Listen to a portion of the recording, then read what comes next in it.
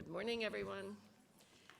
I'm Betsy Broun. I'm the director of the Smithsonian American Art Museum and Renwick Gallery, which opens after a 2-year renovation on November 13. Hope you all come back for that. It's very exciting to think that we're having the 5th Terra Symposium. This series was conceived a decade ago, in part to celebrate the opening of this building when it had just reopened after 6 years of renovation. And we wanted to do something remarkable, and thanks to the Terra Foundation, we were given the opportunity to host 5 symposia over the course of a decade that would situate American art in a much wider global context. And it has been an honor and a privilege to be able to present this series over time. I think your program lists all the previous symposia schedules as well as today's. And looking back over it, it just makes me very, very proud and very, very grateful to our terrific partners, the Terra Foundation. We'll have more about that in a minute. So the Terra Foundation has done so many initiatives to open up a field that had been insular for far too long. They also support the Terra Foundation fellowships here and elsewhere. We have had 46 Terra Fellows in residence at the predoctoral, postdoctoral, and senior level. I think the symposium today and tomorrow includes 6 of our former or current fellows. So you can see people are going on to great eminence. There's also a Terra-supported essay prize for an international scholar who publishes in our journal, American Art. This journal is a great point of pride for our museum. It was founded in 1986 by our predecessor, who just truly believed that a great museum had to be fostering new scholarship in the field. And it was Charlie Eldridge's vision to found that journal, which has been going strong now, 29 years. I think we're planning our 30th anniversary issue.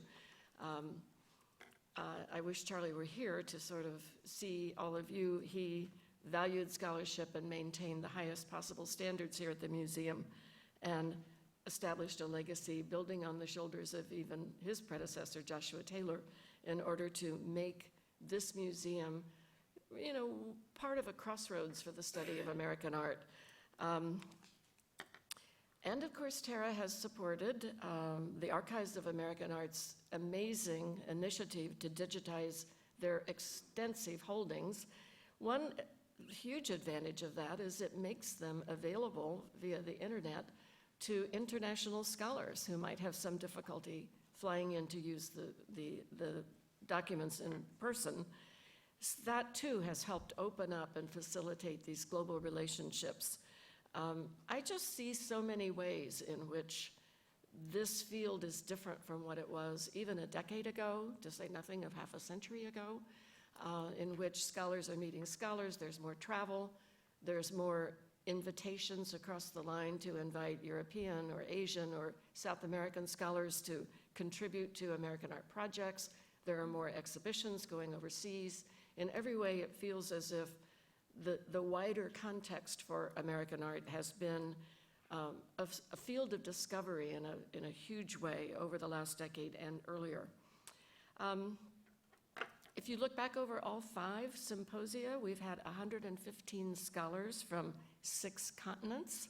That's kind of exciting.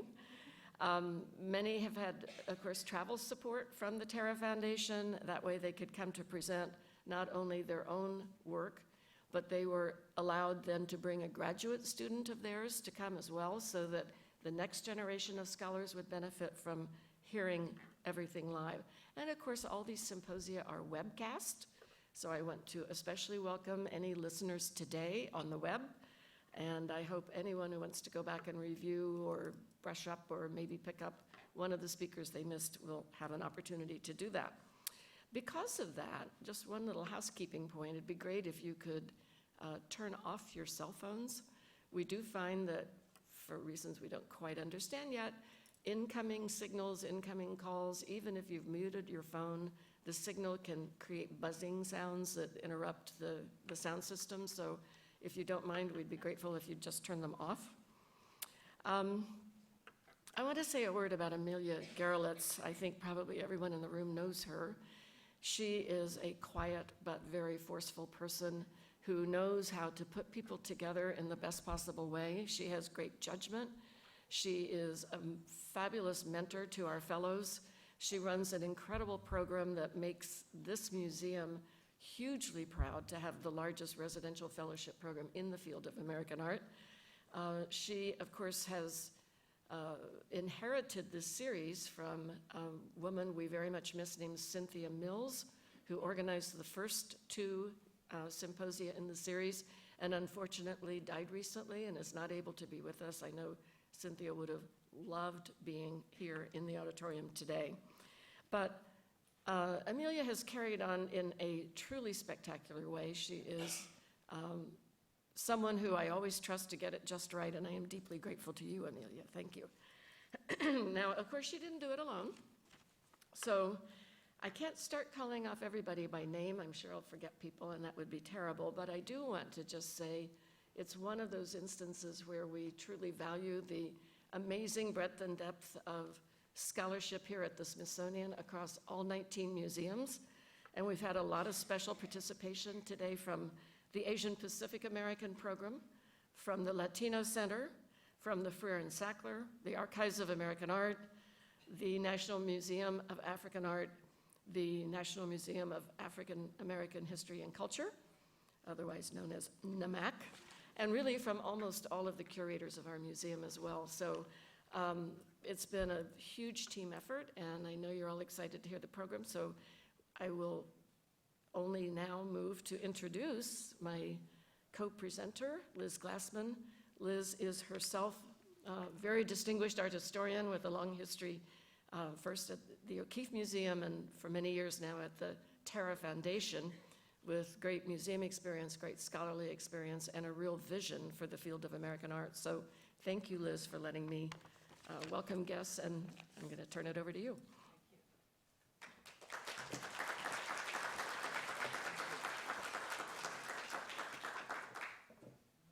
Thank you very much, Betsy. It's very generous. And it's a pleasure to be here and see so many friends and colleagues. And I also want to thank the Smithsonian American Art Museum for being such a great partner over these years. And I echo Betsy's memorial to Cynthia and also her comments about Amelia. We've really enjoyed working with Amelia and her team. And I know everyone at the Terra appreciates having 5 symposia. You know, a decade is a significant amount of time, and it's there have been no bumps. It's been a pleasure to work with everyone and just keep expanding and expanding what the conversations have been.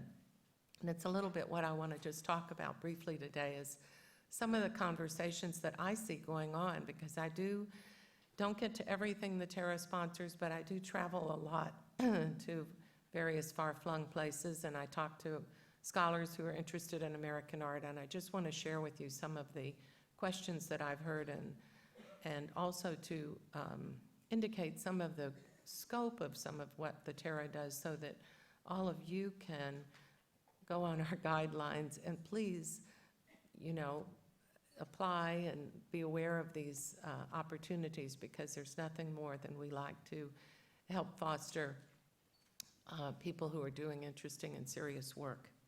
So in preparation for today's event, I watched the webinar video from 10 years ago, and it took me back how really we didn't exactly know what we were embarking on, but we knew where we wanted to go.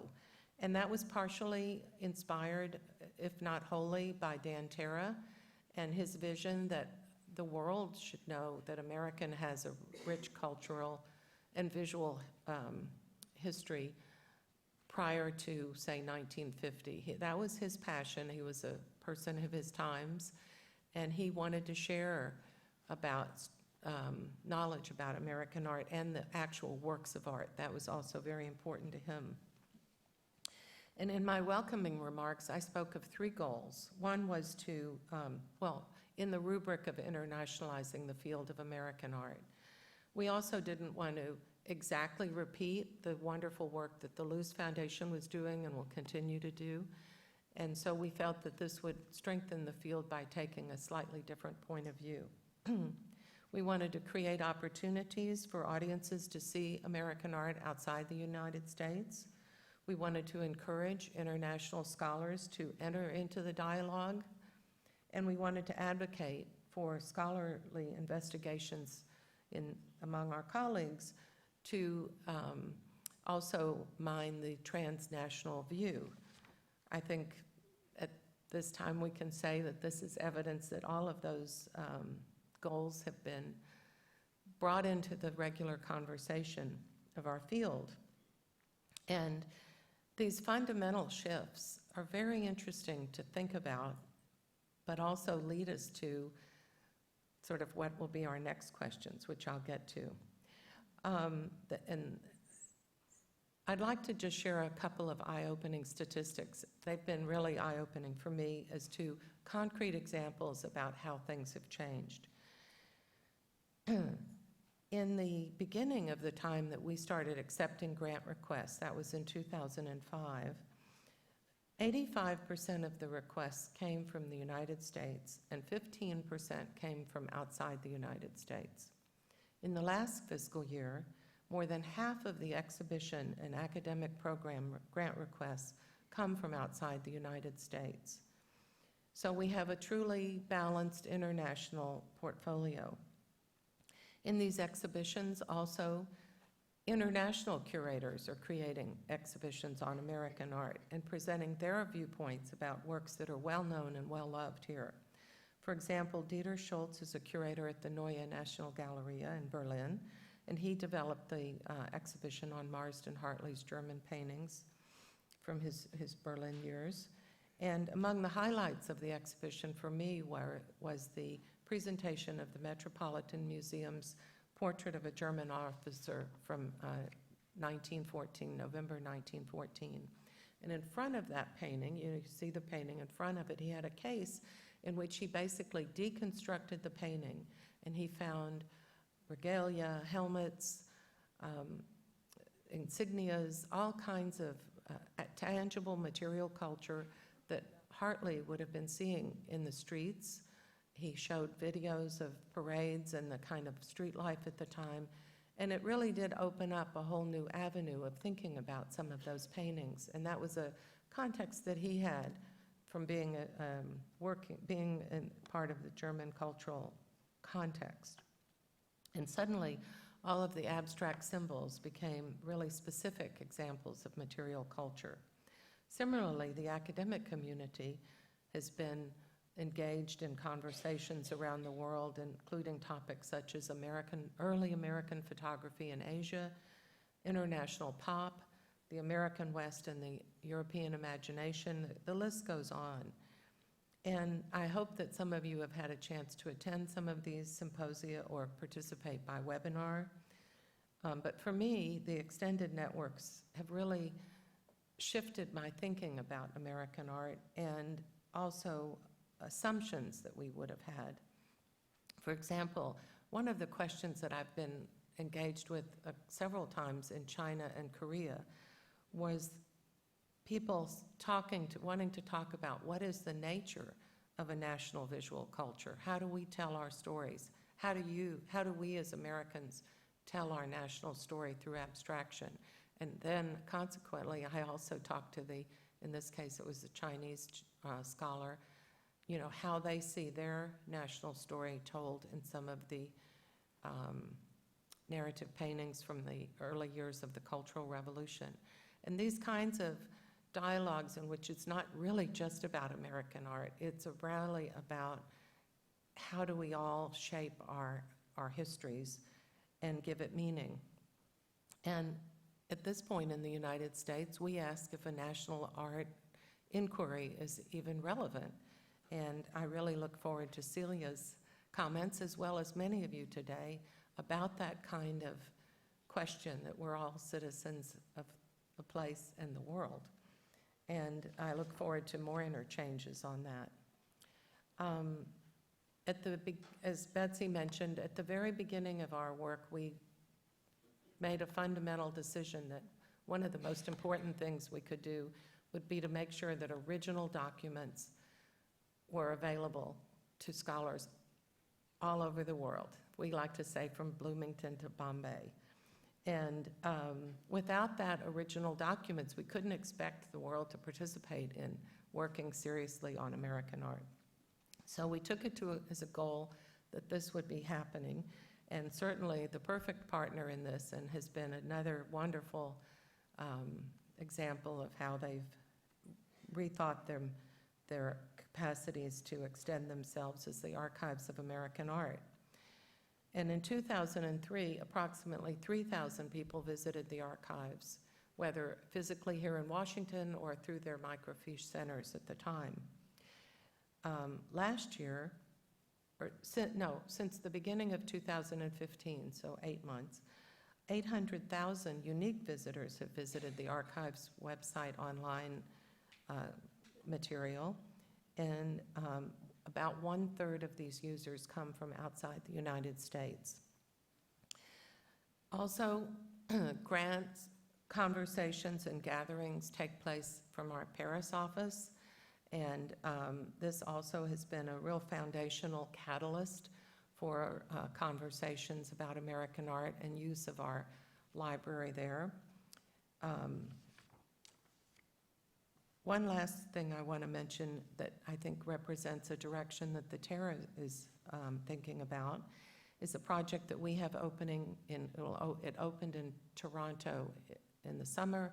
It opens at Crystal Bridges in November 7th, if any of you want to join us. It's a project, it's an exhibition called Picturing the Americas, landscape painting from Tierra del Fuego to the Arctic. And this is co-organized with the Art Gallery of Ontario and the Pinacoteca in Sao Paulo. And this initiative has brought together curators from Canada, United States, Mexico, Brazil, Argentina, Peru. And together they really created a hemispheric look at how we all think about landscape painting, the conventions of landscape painting, how this fit into art society. And it's been eye-opening for all the people who've worked on it, and I hope that translates into the visitors as well. When I stood here in 2006, I really couldn't have imagined all the benchmarks that together as a field we have participated in. I wouldn't have imagined American art being taught in universities in Beijing, in Paris, in London, in Berlin, in Oxford University. I wouldn't have imagined the number of colleagues that we all have, many of whom are here, who we have become richer for having conversations with around the world. And I wouldn't have imagined the presence of relevant archival material in far-flung corners, material that we hope you all will find and investigate with grants from the Terra that really can directly impact a bigger look at your own lines of inquiry. Over the years, we're always looking forward and trying to make sure that the kind of opportunities that we have to help the field in this way don't, ossify, but really keep pushing us forward. And so we have put in the programs some questions that we would really love your help and participation with, that we're asking ourselves. How do you deepen international engagement with American art in a meaningful way? What are the challenges for American art history to become part of the international research landscape? And does defining American art by a national model offer a productive inquiry today? So if you feel moved by some of these questions, I hope you'll fill it out, email us, whatever you want to do, or talk to me or one of my Terra colleagues who are here participating at the conference. And I would like to introduce Cary Haslett, who's the program director for exhibitions and academic programs based in Chicago, as well as Virla Tielmans, who is the program director for our international academic programs and is based in our Paris office. I hope you'll seek them out. They are part, as many people on our team, of really making all of this happen and for having these conversations constantly about how we can better serve you. So please help us by letting us know how we can do that. Send us your thoughts. What kind of questions and inquiries do you feel we should be thinking about? Do you need to shape your investigations? And I have to end by saying, Virla Tillmans always says to me, and I'd like to say to you, let's talk. Thank you.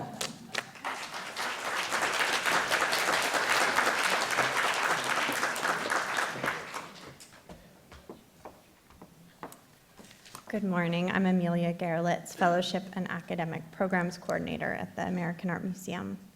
When Cécile Whiting accepted my invitation to deliver today's introductory remarks that are taking a broad look at the changes that have occurred in our field over the past decade, I'm not sure she knew what she was getting into. So I'm very grateful for all her work in researching this and preparing her talk. Cécile Whiting is the Chancellor's Professor in the Department of Art History and Professor in the Graduate Program in Visual Studies at the University of California, Irvine. She specializes in the history of American art with a focus on the mid-20th century, about which she has published 3 books: Anti-Fascism in American Art from 1989, A Taste for Pop Art, Gender, and Consumer Culture from 1997, and Pop LA, Art and the City in the 1960s from 2006. Pop LA, as I should note, was awarded the 2009 Charles C. Eldridge Prize for Distinguished Scholarship in American Art from our own museum. Please welcome Cécile Whiting.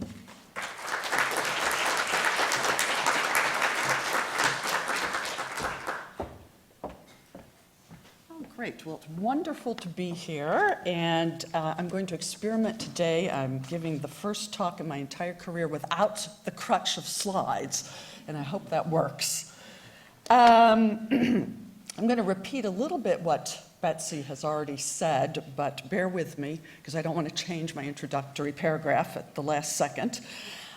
In 2006, SAM celebrated its reopening with an international symposium, American Art in a Global Context, and today we meet for the capstone event. Each conference has addressed the ways in which artists in the United States have engaged in a dynamic exchange with cultures from around the world. Thanks must go to the organizers of these symposia, first to the late Cynthia Mills, who presided over the initial event, and then to Amelia Gerlitz, who took over after Cindy retired. Amelia has done an extraordinary job in conceiving the intellectual parameters of each symposium, selecting speakers, and shepherding everyone to DC under the threat of government shutdowns and the rest. At the same time, I want to recognize the Terra Foundation, which has funded this series. Indeed, as I think everyone here knows, the Terra has played a crucial role in fostering relationships between US-based Americanists and scholars from around the world, with its ever-increasing number of fellowships that send faculty and students abroad and bring foreign scholars to the United States. When I was growing up in Evanston, Illinois, and the Terra Museum opened in 1980 in a former flower shop located 3 blocks from my house, I had little idea that I would become an Americanist in graduate school, much less speak at such a symposium, and end up feeling so beholden to the Terra Foundation for encouraging the transnational flow of scholars, art, and ideas. But it has been quite a wonderful kind of personal experience to see the museum move from the little flower shop to then Michigan Avenue and then become this amazing foundation. Since the first symposium in 2006, we've all witnessed the dramatic and at times harrowing repercussions of globalization around the world. Various economic developments, such as the emergence of multinational corporations and advances in information technology, have succeeded in connecting different parts of the globe, while nevertheless creating and deepening an uneven distribution of resources, whether financial, natural, political, or social. The current transnational movement of peoples, goods, and ideas, symptomatic of globalization, challenges national borders, creates new alliances, and both dissipates and intensifies tensions. There have been extensive arguments about whether or not globalization is new or the culmination of a process that began in the early modern period with the expansion of empires through colonization and conquest. Whatever the case, we might say that there has been a decisive shift from conceiving of land as autonomous national pieces fitting together like a jigsaw puzzle to spokes that connect hubs together in networks. And that's why Amelia's choice of the image for the cover of the brochure is so perfect.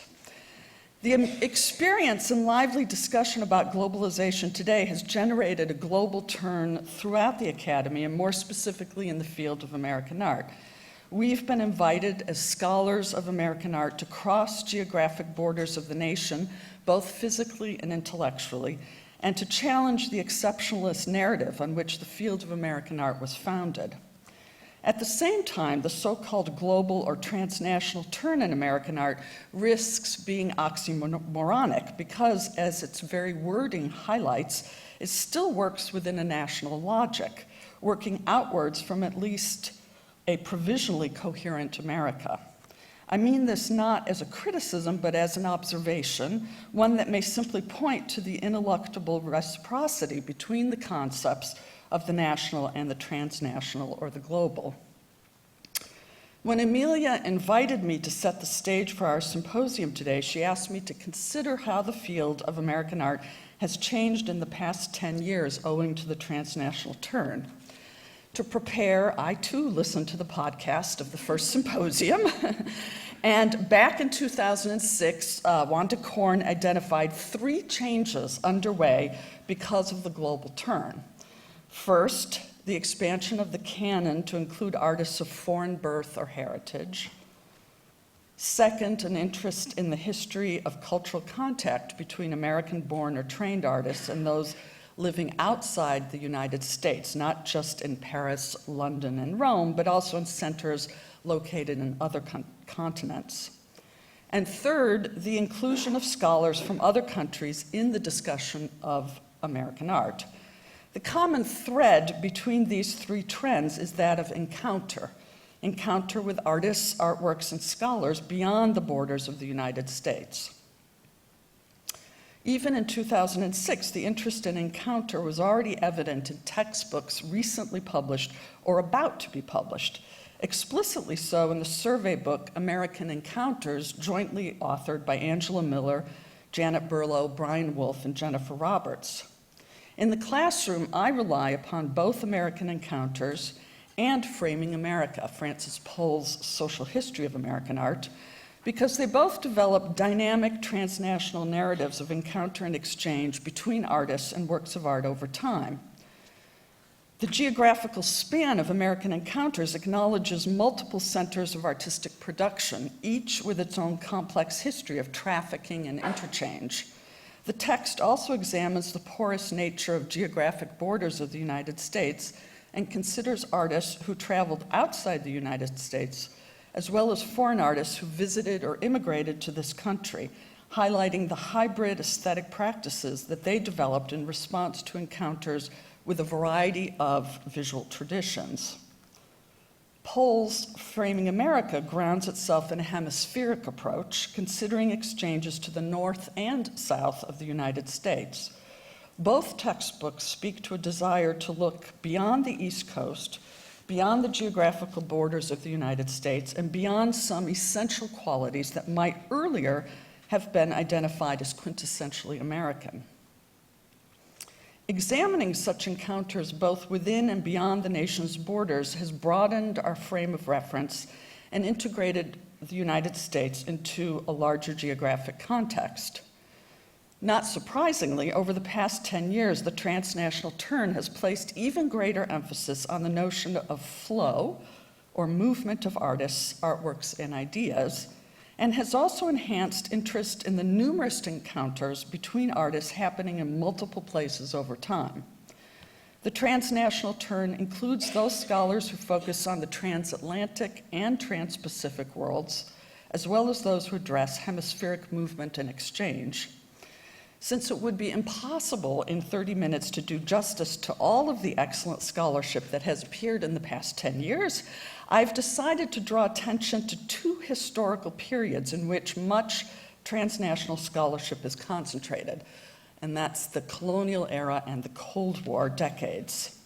At these two ends of the chronological spectrum of what Americanists tend to teach and write about, we now have scholarship that offers something quite different from the field's foundational moment, challenging key exceptionalist narratives about the nation and its art. 40 years ago, Americanists investigated colonial American portraiture with an almost exclusive focus on British North America, and even more specifically on New England. They sought evidence of a Protestant worldview and of social and mercantile ambitions tempered by Calvinist ideals of moderation.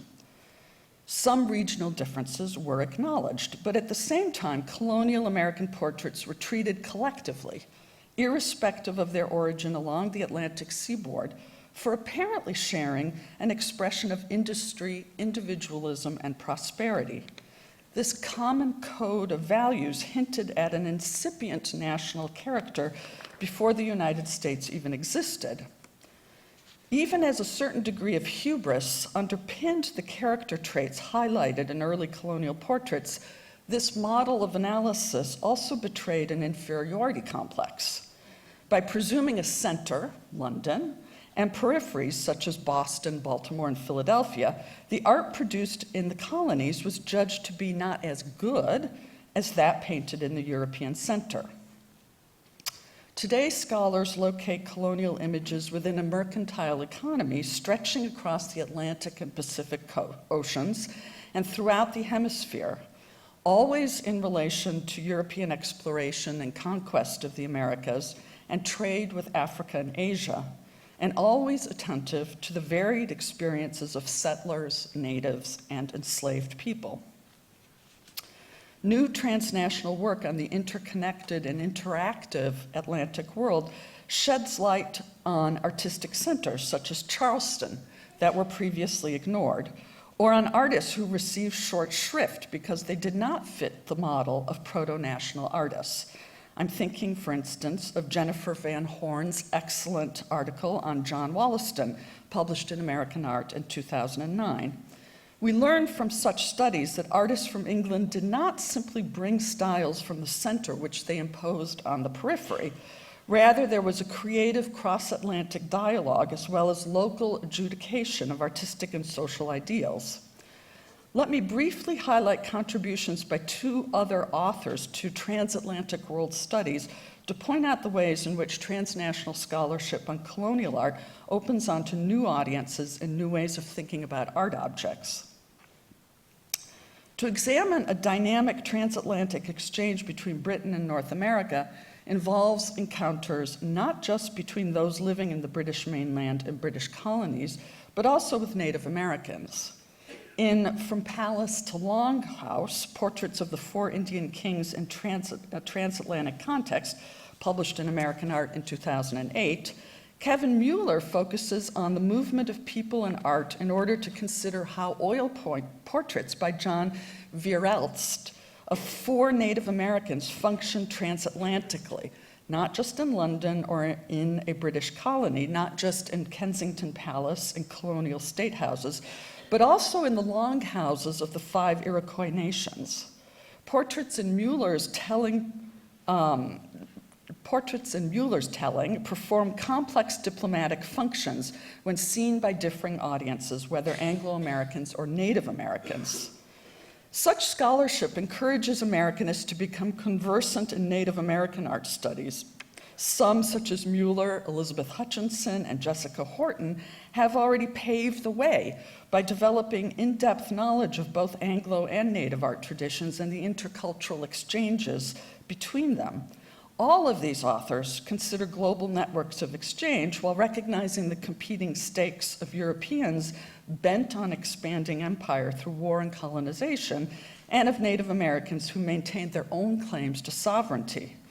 To consider the transatlantic movement of art yields rich studies of multiple sites of encounter and multiple interpretations of images, at the same time as it points to uneven power dynamics among people. Another direction in transatlantic studies highlights the very materiality of the artwork and what this factor might have to say about the flow of objects across the ocean. In her recently published book, Transporting Visions, The Movement of Images in Early America, Jennifer Roberts considers the excruciatingly long time it took for a letter, a painting, or an artist to cross the Atlantic on a merchant ship in the 18th century. She asks us to see how John Singleton Copley's pictures internalize a host of aesthetic, visual, economic, and political issues raised by the distances across which they traveled. This important book demonstrates how, as Roberts puts it, quote, pictures could and did register the complications of their own transmission through internal visual references to their status as mobile commodities.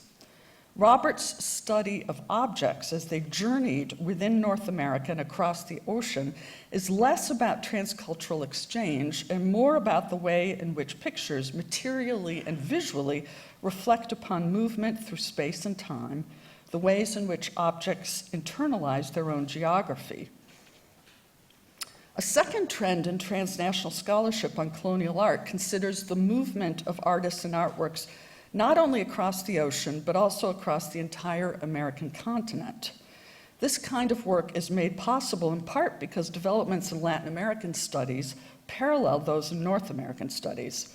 That is, scholars in both fields have shifted from using a model of center and periphery, whereby a European culture imposes itself on its colonies, to a model of transnational transactions.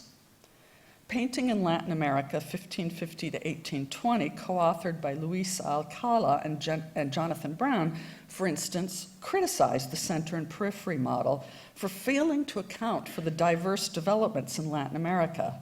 It asks us instead to consider transactions on a global scale. The authors point out that art on the Iberian Peninsula was itself an amalgam of exchanges between Spain, the Netherlands, and Italy, and once such admixtures were transmitted to the American continent by artists, or in paintings and prints, these artistic practices could be further intermingled with indigenous and Far East influences. To examine hemispheric alongside transatlantic transactions raises yet again the question of how broad the scope of an Americanist training and knowledge can and should be. One approach to this issue is presented by the fruitful collaboration between Wendy Bellion and Monica Dominguez-Torres, who are colleagues at the University of Delaware, trained in the fields of Anglo-American and Spanish colonial art, respectively. As they explain in their co-authored essay, Teaching Across the Borders of North American Art History, published in the Blackwell Companion to American Art in this year, they pooled their knowledge while they decided to co-teach a seminar on art in North America. Using the term entanglement as a conceptual model, they considered encounters across the hemisphere and the mixing of cultures between New Spain, New France, and British North America.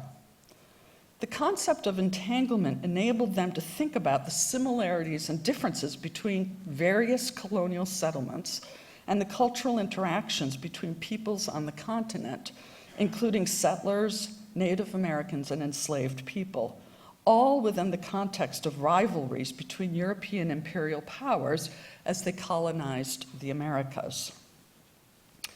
A third trend in transnational study of colonial art is represented by Joanne Mancini's work on the interactive and interconnected trans-Pacific world. Her scholarship insists that Americans broaden their view beyond the East Coast, beyond Europe and its colonies, and beyond Europe and Native Americans. By considering New Spain's incursion into what we now call California, she establishes the connections between New Spain and Asia, analyzing objects procured from China and the Philippines for missions by Franciscans who were themselves on the move. Her work challenges the idea that buildings and objects created outside of Europe were simply poor copies of European sources, pointing instead to the ways in which they were the result of creative mixings done in multiple sites, responding to multiple encounters and serving various needs. As demonstrated in the recent book, Global Trade and Visual Arts in Federal New England, edited by Patricia Johnston and Caroline Frank, the period following the Revolutionary War witnessed the extension of sea routes beyond the Atlantic into the Pacific, with regular voyages from Boston to various ports in Asia. Transnational scholarship on colonial art returns us to a moment before the formation of the United States, a period of empire building, during which artists and artworks traveled across continents and oceans in often very difficult circumstances. Taking into account this historical context and the power differentials between various peoples, the transnational turn in scholarship on colonial art highlights transactions across continents, shared as well as divergent values over great distances, and multiple meanings and functions of artworks in different places. Transnational scholarship rethinks ideas about colonial art formulated at a foundational moment of the field when it was beholden to the exceptionalist ideas of the United States. Retrospectively, it is easy to see how many of the attributes scholars considered unique and constant strengths of the nation and its colonial art reflected values of the Cold War era, a triumphalist moment in the history of the United States. Turning now to transnational scholarship on American art produced during the height of the Cold War, after World War II, I want to highlight the way in which such scholarship forces us to recognize that much of the most exciting social historical scholarship about abstract expressionism and pop, scholarship that I cut my teeth on, was as beholden as foundational scholarships on colonial art to assumptions about American exceptionalism. Scholars who bring a transnational framework to bear on American art of the 1950s and 1960s face a different challenge from those who work on colonial art. They begin with the assumption of triumphal rather than second-rate art. They must rethink an exceptionalist narrative about New York City as the planet's artistic capital, having stolen that status from Paris, about the success of abstract expressionism, considered to be the epitome of the modern tradition, and about the resonance of the aesthetic rhetoric promoting American art with the political rhetoric promoting the United States in its fight against communism. Over the past decade or so, transnational scholarship on American art of the Cold War era has broadened our purview beyond the geographical boundaries of Manhattan and the United States by considering the networks of artistic exchange across the globe, or to be more precise, those that took place in the so-called free world. The transnational turn makes particular sense for scholarship on the post-war era as encounters across the globe began to happen more frequently and more rapidly, in large part owing to the emergence of jet travel. A new era of rapid transit across the oceans, combined with the boom in the production and circulation of art magazines and the increase in the amount of money devoted to collecting and mounting traveling exhibits of contemporary art, meant that art and artists circulated widely across continents. Money enabled collectors to acquire contemporary art, not just the Skulls in New York City, but also the Weissmans of Los Angeles and the Ludwigs in Germany. Museums and gallery shows funded by private and state funds traveled from one continent to another. Art galleries mounted shows that mixed together international artists and identified contemporary trends that transcended national borders. Sidney Janis's exhibit New Realists of 1962 comes to mind with its mixture of French, Italian, British, Swedish, and American pop art. Americanists acknowledging New York City as one node in a network of cities in which artistic exchanges took place have given rise to exciting new scholarship. Some art historians have undertaken microhistories of particular artists, following their travels across the globe and tracing the changes in their artistic practice in response to local milieu. For example, Hiroko Ikegami's book, The Great Migrator, Robert Rauschenberg and the Global Rise of American Art, traces the artist's travels in the early 60s and attends closely to encounters and collaborations he had with local artists in 4 cities, Paris, Venice, Stockholm, and Tokyo. Ikegami argues that the global or transnational turn in art history necessitates a consideration of American art as a negotiated process of cross-cultural interactions. Rauschenberg's reception abroad sheds light on what Ikegami calls the, quote, multiply located, reciprocal, and yet always somewhat compromised and conflicted process that engendered the global rise of American art, end quote. Rauschenberg's travels become a means of gauging the global rise of American art through the development of a transnational avant-garde community. In Ikegami's reading, that transnational mobility itself undergirded the Americanization of the free world. The transnational turn can also, perhaps paradoxically, lead to closer scrutiny of Manhattan and the array of foreign and American-born artists who found themselves working in close proximity to one another in that city. Scholarship has now emerged on Marisol, born in Paris, of Venezuelan descent but living in New York during the 60s, or on Yoko Ono, who moved from Japan to the United States with her family after World War II. These were influential and well-known artists in the 60s who subsequently fell through the art historical cracks as a post-war canon that excluded them took shape and rigidified. Or consider Ana Franco's work on the transnational dialogue between Colombian artists Edgar Negre and Eduardo Ramirez Villamisa, and artists in New York City as well as in Paris, looking at multiple contact zones and highlighting the process of cross-fertilization leads to a better understanding of the birth of a type of modern classicism that emerged in the early 60s, characterized by hard-edged geometric shapes, a style that enjoyed widespread attention before it became overshadowed by pop and minimalism. As Franco points out, Negre and Ramirez Villamizar at the time were called American artists, not Colombian artists living in New York City. Finally, in A Conspiracy of Images, Andy Warhol, Gerhard Richter, and the Art of the Cold War, Jay Curley carves out a new and important scholarly position on artists Andy Warhol and Gerhard Richter by interpreting their art of the 50s and 60s as both products of, and themselves instances of, intervention into visual culture of the Cold War period.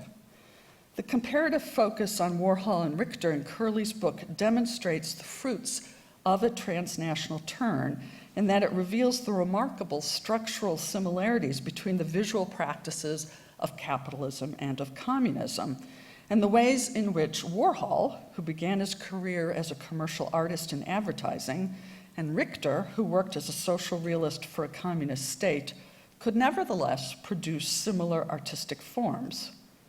Both Warhol's and Richter's paintings, despite, or indeed because of, their surface legibility, probed the failure of containment, conspiracy, and encryption during the Cold War. Curley also productively delves into the nature of mass media. For instance, a close reading of the placement of advertisements in Life magazine demonstrates the synergistic relation between consumer culture and Cold War politics. The interpretation in A Conspiracy of Images of art and media in both the Eastern and Western blocs brings to light a shared visual rhetoric of the Cold War. Finally, Curley's book proposes nothing less than a recalibration of art historical scholarship on art of the Cold War era. The conclusion of the book presents a very important assessment of scholarship that, beginning in the early 70s, linked art of the 1950s to the Cold War.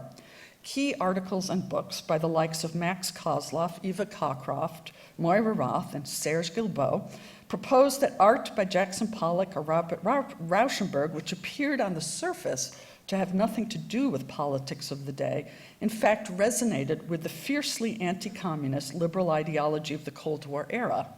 Some of these scholars even demonstrated the way in which abstract expressionism was used by government and private agencies as weapons against the Soviet Union during the Cold War. As Curley points out, this scholarship actually reinscribed a binary between capitalism and communism, first articulated by American art critics of the 50s. Curley's scholarship, by considering the resonances between the visual images on either side of the ideological divide, blurs away the fundamental division between East and West that had been underwritten by triumphalist accounts and these later more ideological, critical revisions. We learned from transnational studies of American art that the Cold War structured the reception of not only colonial art, but of post-World War II art. To challenge the Cold War consensus about American culture ultimately requires a transnational, multiply located perspective on the complex formation and flow of American art and culture. It requires that we be attuned to differences in time and space, as people and artworks traveled by ship, rail, car, jet, and now with the speed of light through digital media. It also demands we keep in mind just who had the money, time, and cultural capital, not to mention language skills, to travel, and how encounters may have been uneven, difficult, and challenging, as well as revitalizing. Debates about this latest intellectual turn to the transnational have ensued, at least in American studies. Some scholars have suggested that this shift in perspective essentially heralds the end of American studies, since it disputes the justification for studies grounded in national cultures. Others, more skeptical, accuse Americanists of simply reinventing American exceptionalism with other terms. No longer defined by a singular culture, the United States is instead characterized by its fluidity, hybridity, multiplicity of peoples and practices. My own feeling is that the finely honed historical case studies that have appeared over the past 10 years are most successful when, rather than remaining at a level of generality, they examine specific instances of movement, encounter, and exchange, while also addressing issues of power and the uneven economic, artistic, and political distribution of resources in such encounters. Transnational scholarship on American art leads us to consider how artistic practices or ideas about American art are themselves an invention born out of transactions occurring across the globe, made possible by travel, migration, and mass media. And now we can look forward to 2 days in which the next generation of scholarship on transnational scholarship will be presented to us.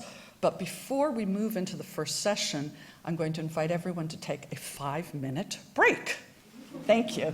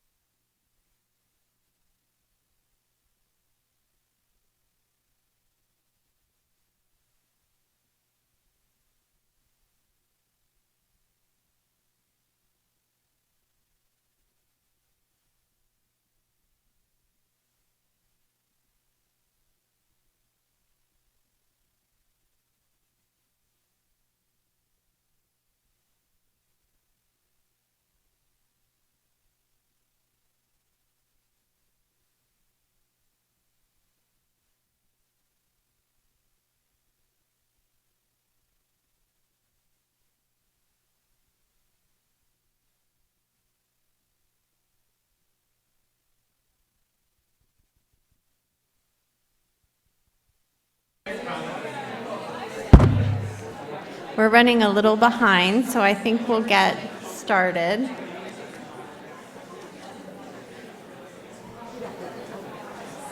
When planning this symposium, I knew we had to have Jennifer Roberts as a key participant. Her scholarship and teaching over the past decade have transformed the way we think about art objects and artists in transit.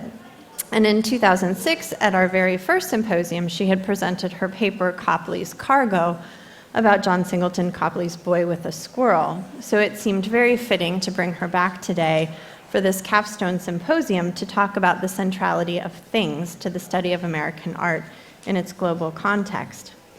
Dr. Roberts is the Elizabeth Cary Agassiz Professor of the Humanities at Harvard University, an art historian specializing in North American art from the colonial period to the present.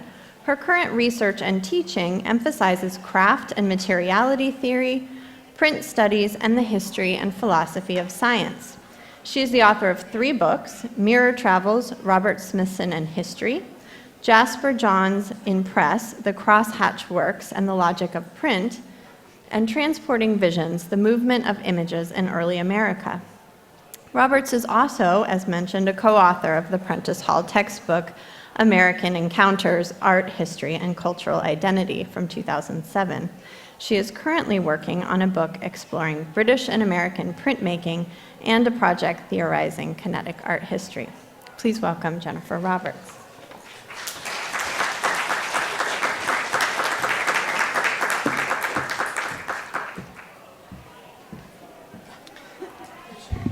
Thank you. I think we still have many people getting coffee back there.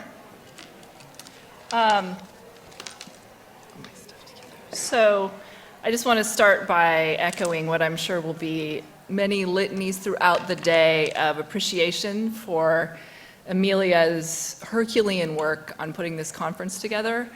She's always been the best of taskmasters for everyone who participates in her conferences. And I only hope that we can fulfill her vision for the next 2 days as we go forward. So Amelia asked all of the chairs of the panels in this conference to provide historiographical methodological introductions for the topics at hand. And so she asked me to give a 20-minute historiography, basically, of material culture studies over the past 10 years and its implications for the transnationalization of our field. So unfortunately, I don't actually get to really talk about things up here during my talk, unless we consider books as things, which I will be discussing at some length. So here we have in 20 minutes the recent historiography of material culture. We are now firmly in the grip of the material turn that is overtaking the arts, humanities, and sciences. It seems that virtually every discipline is worrying through questions of materiality and hosting panels and conferences about things. While on the one hand this is cause for celebration, on the other hand the field is moving too quickly and spreading too bewilderingly for any one person to keep abreast of it. We're now not even sure what to call what we used to call material culture. Is it thing theory, new materialisms, speculative realism, assemblage theory? It seems as if every day new acronyms are sprouting up, like OOH and ANT, object-oriented ontology and actor network theory, respectively, with their own websites, anthologies, and scholarly networks. These networks are international and quite radically interdisciplinary. As I tell my students, material culture does not have a country, and it definitely does not have a department. Whereas archaeology, anthropology, and folklore studies were arguably the master disciplines of material culture 25 years ago, they now share space with literature, art history, philosophy, design, history of science and technology, economics, feminist and critical race studies, etc. Each of these disciplines invests in material studies differently and asks it to do different kinds of work. What all this means is that there is no one historiography for material studies, no one reading list, and no one journal or even bundle of journals that can serve as flagships for the latest thinking. This demands a fundamental humility on the part of practitioners of what we used to call material culture. We must acknowledge the limitations of our situated perspectives.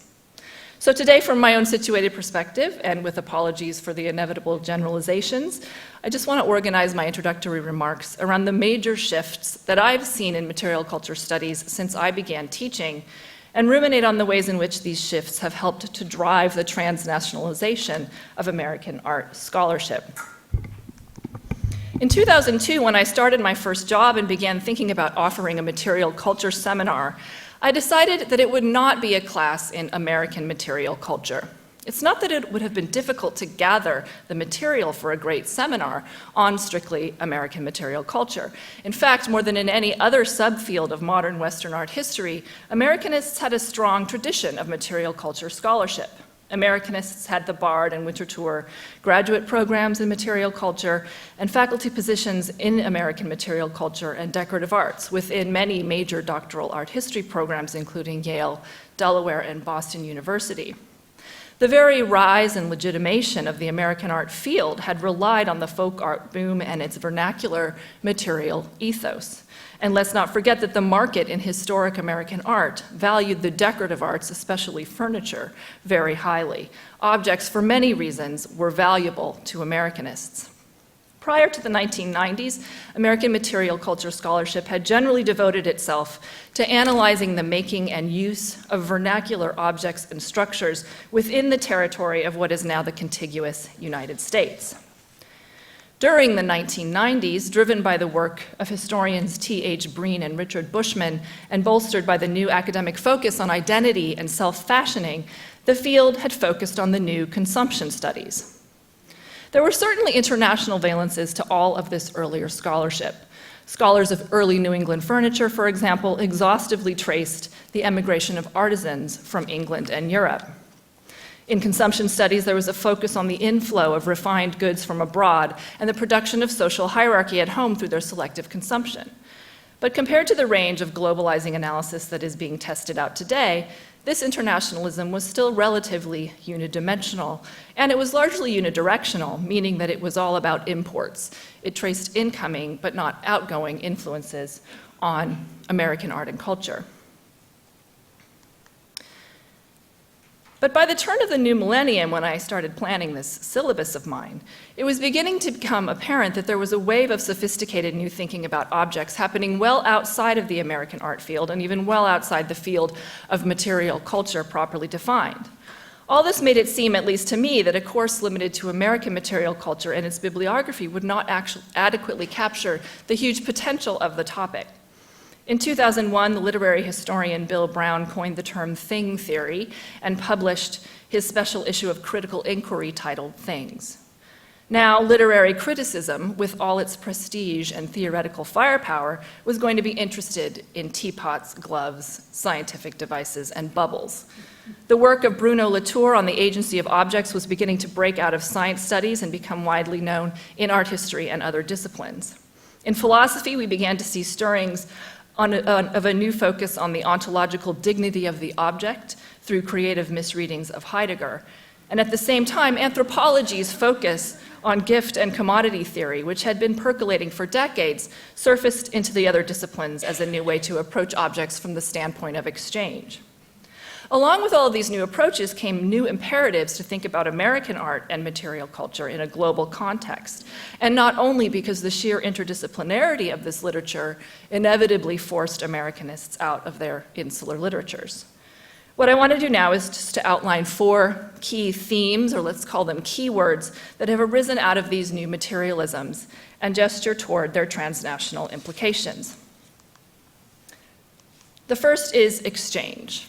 Drawing primarily upon anthropological economics, there has been a strong focus on the way objects enter into exchange practices and how, in doing so, they produce various forms of social life.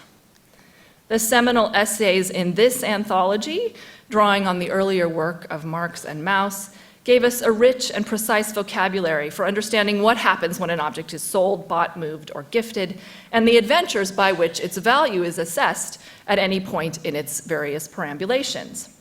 These essays offer powerful models for understanding how the exchange of objects shapes social practices and modes, And what happens to things when they are exchanged for money, when they are converted from qualities to quantities and lose some of their singular material memories. This, by the way, is the book that I give my students as the best guide to the Antiques Roadshow.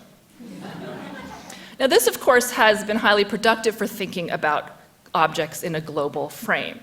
It presumes that objects are most significant not when they're sitting still within an environment, seeping up its local context of everyday use, but rather when they're moving between contexts or localities. With its elaborate vocabulary of movement, the book is full of terms like pathways and trajectories. Exchange theory has made possible the surge in scholarship in our field around objects in motion.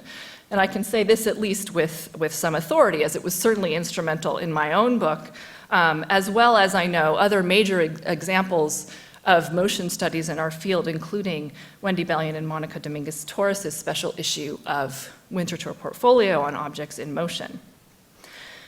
Moreover, exchange theory has enlivened boundary studies of all kinds. It highlights the complexity of exchange across different kinds of cultural boundaries, where the challenge of commensuration, or in other words, figuring out what's a fair trade for what is equal to what, tends to expose huge differences between incompatible regimes of value.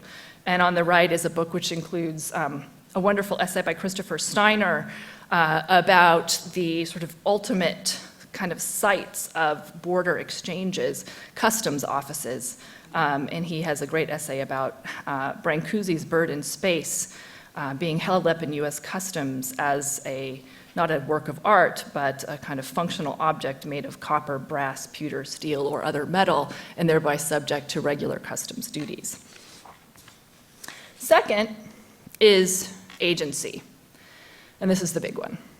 We're now seeing an intensive exploration of the agency and even the animacy of material things captured in different ways in the work of Bruno Latour, Bjorn R. Olsen, Graham Harman, Jane Bennett, Alfred Gell, and many others. From this perspective, objects are not inert lumps waiting to be acted upon by intelligent human beings. Objects, too, have real agency, not necessarily free will or intentionality, but they do have properties and affordances and causalities that delimit human behavior and human subjectivity in real ways.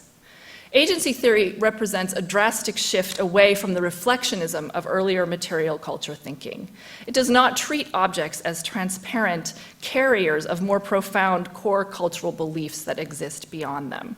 Unlike earlier paradigms, it does not stare at objects as if to bore through them to the patterns of mind, and that's a Jules Broun phrase, behind them. The objects are the cultural patterns. The matter is the mind. Michael Yonan has memorably described this as getting out of the cave, a rejection of Platonic habits in which we imagine the material world as a mere shadow of something more meaningful behind it. Perhaps the most profound implication of agency theory is its attempt to dissolve the human-thing boundary. Objects are not seen as separate from and subordinate to humans, but something closer to collaborators in what Bruno Latour calls the collective of humans and non-humans. Objects are folded together with humans in a vast distributed intelligence or network sustained by both people and things. The transnational implications of this approach are several. First, of course, is the notion of the delegation or distribution of agency into objects through space and time. This kind of approach demands that we imagine objects as a form of meaningful and powerful cross-cultural communication in themselves. Also, in accepting the fact that all humans need things, this perspective assumes that everyone practices a form of fetishism, and thus aims to erase the derogatory function of that term. As William Peets demonstrated in a seminal set of articles in the mid-1980s, the very idea of the fetish, the very term fetish, emerged as a result of cross-cultural contact. Portuguese traders in Africa in the 15th century devised the term as a way of characterizing the apparently irrational forms of dependence that Africans seem to have upon physical objects. Just as modern European Christians were beginning to define themselves as transcendental subjects, capable of abstract thought and unhampered by any kind of fixation on untranscended objects, the charge of fetishism emerged as a way of distancing and subordinating non-Europeans as primitive and irrational. Indeed, one of the most persistent modes of gender, colonial, and geopolitical subordination is that in which people of color, women, workers, and natives are deemed inferior by virtue of their greater proximity to base matter and their supposedly greater dependence upon material things. Agency theory argues that we are all now and have always been fetishists, if by that we mean that our subjectivity is bound up in material things. This pan-fetishistic reevaluation of thing power as applying to everyone has strong critical potential in this regard. And in practical terms, for transnational American art scholarship, this has had many implications. For example, just one example, it's helped allow for the flattening of hierarchies between Native and Euro-American uses of objects, and the ability to balance them in discussion as different but equally fetishistic practices. And one way of thinking about this would be to think about the new kinds of conversations that we can put things like wampum and silver into together, and we'll hear a little bit more about this from Ethan Lasser later on in this panel. Third, making. The focus on material agency and its remapping of the human subject has occasioned a renewed investigation of process and making. This is a shift from the strong emphasis on consumption studies in the 1990s to a renewed focus on production. Scholars like Glenn Adamson and Pamela Smith have opened new ways of articulating the qualities of artisanal forms of knowledge in both the early modern and modern worlds. This has included a renewed attention to the meaning of skill and the notion of tacit intelligence, in which the intelligence of making resides not in the mind of the craftsperson, but somewhere instead in the kinetic interface between body, tools, and materials. The knowledge of how to make something is partially stored in the body and transmitted through practice and imitation. It cannot be fully captured in instruction manuals or pattern books. This raises important questions about the transnational transmission of artistic knowledge. Ultimately, the movement of object knowledge around the world requires the movement of makers as well as information. There are huge potentials here for thinking about the immigration and emigration of art workers. What, for example, did the practice of American lithography gain from the intelligence of immigrant German lithographers in the mid-19th century? To study objects, it turns out, is also to study everything from the importation of slaves to the currents of international technological espionage. It's also a way to think about transnational communication that does not rely solely on verbal translations. Finally, I would note a recent shift in the kind of objects that object studies study. Whereas material culture used to be interested almost exclusively in bounded, finished things, also known as goods, now there's an explosion of interest in flows, systems, substances, and unbounded agents of all kinds. What about all the other articulations of materiality that don't inhere within perfectly bounded objects like this teapot? What about the ebony forest that yielded the handle? What about the liquid tea itself? What about the silver? Where did that come from? Answer, almost certainly a mine in Peru or Mexico extracted by forced indigenous labor. What about the silver and the emulsion of this photograph of a man silver mining? What about tenuous objects like bubbles or clouds or gelatin, sludge and slurry and dirt and mold? Ink, paper pulp. This is a poem by contemporary artist and writer Craig Dworkin listing the materials of which it is made. What are the properties of these fluid substances, both alone and when assembled into new entities? These questions approached transnational material culture in terms of the resource flows of the global economy, not the exchange of objects, but rather the flows of oil or corn or cadmium. This approach also assumes that localized objects as we know them are only temporary configurations of global flows of matter and energy. As Tim Ingold says, objects occur, they do not exist. Objects are not so much objects as geo-eco-political events. Finally, while on the topic of flow, I'd like to conclude by gesturing towards three global horizons within which, it seems to me, the study of things will have to position itself in the next 10 years. Tim Morton has recently introduced the notion of the hyperobject to denote material agencies like global warming that exceed our usual understanding of bounded objecthood. This, for me, is this first horizon, the horizon of the environment, or the environmental horizon. As Morton's book exemplifies, the new flow studies or substance studies bring material culture within range of rigorous eco-critical thinking. By considering the agencies and agglomerations of matter, they inherently take the global perspective that perhaps we most need to take now. Global meaning the actual globe, the earth, the materiality upon which all material culture, American and otherwise, depends. Second would be the horizon of virtualization.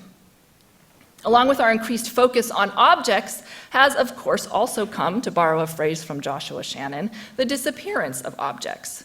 The great drivers of global connectivity today are the less obviously material ones, the flows of capital and of information, not goods, but financial and digital abstractions.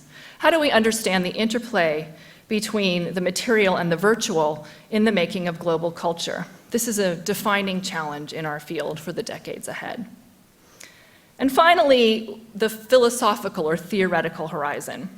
For all of their revolutionary transnational potential, the books I've shown on the screen today and the theoretical engines of the new materialisms are still overwhelmingly Western. They are all still trying to break out of the trap set by Plato of a dualism between materiality and ideality. Much, much more needs to be done to bring other philosophical traditions of matter to the table for these conversations. We need to study not just Asian or African or indigenous objects, but also the entire worlds of objecthood and meaning that they bring along with them. With the continuing support of the Terra, I hope we will see these horizons explored over the next 10 years. All right, let's get to the things themselves. Today's panel features three emerging, or I'll actually use the term emergent, which is a pet term for new materialism, three emergent scholars who are doing some of the most interesting work in material studies today. First, I'm very proud to introduce Jennifer Van Horn, who is assistant professor of art history at George Mason University and also teaches in the Smithsonian Mason MA program in the history of decorative arts. She's also currently a postdoctoral fellow here at the National Portrait Gallery, investigating the role of slaves and slavery in shaping early American portraiture. Her first book, Civility in a New World, Material Culture and the Making of America, will be published by the Almohandro Institute in 2016. This is a magnificent book, which I've had the great pleasure of reading in manuscript, and I'm very happy to say that she'll be presenting material drawn from it today. Please join me in welcoming Jennifer Van Horn.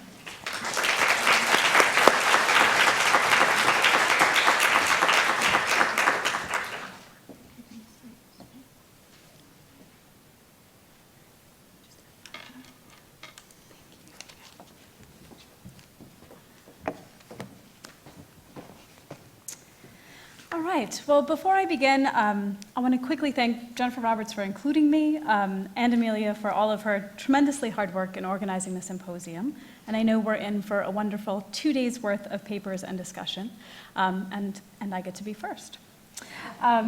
So in May of 1780, the American statesman Gouverneur Morris had his left leg amputated below the knee after a brutal phaeton accident in Philadelphia, the nation's new capital.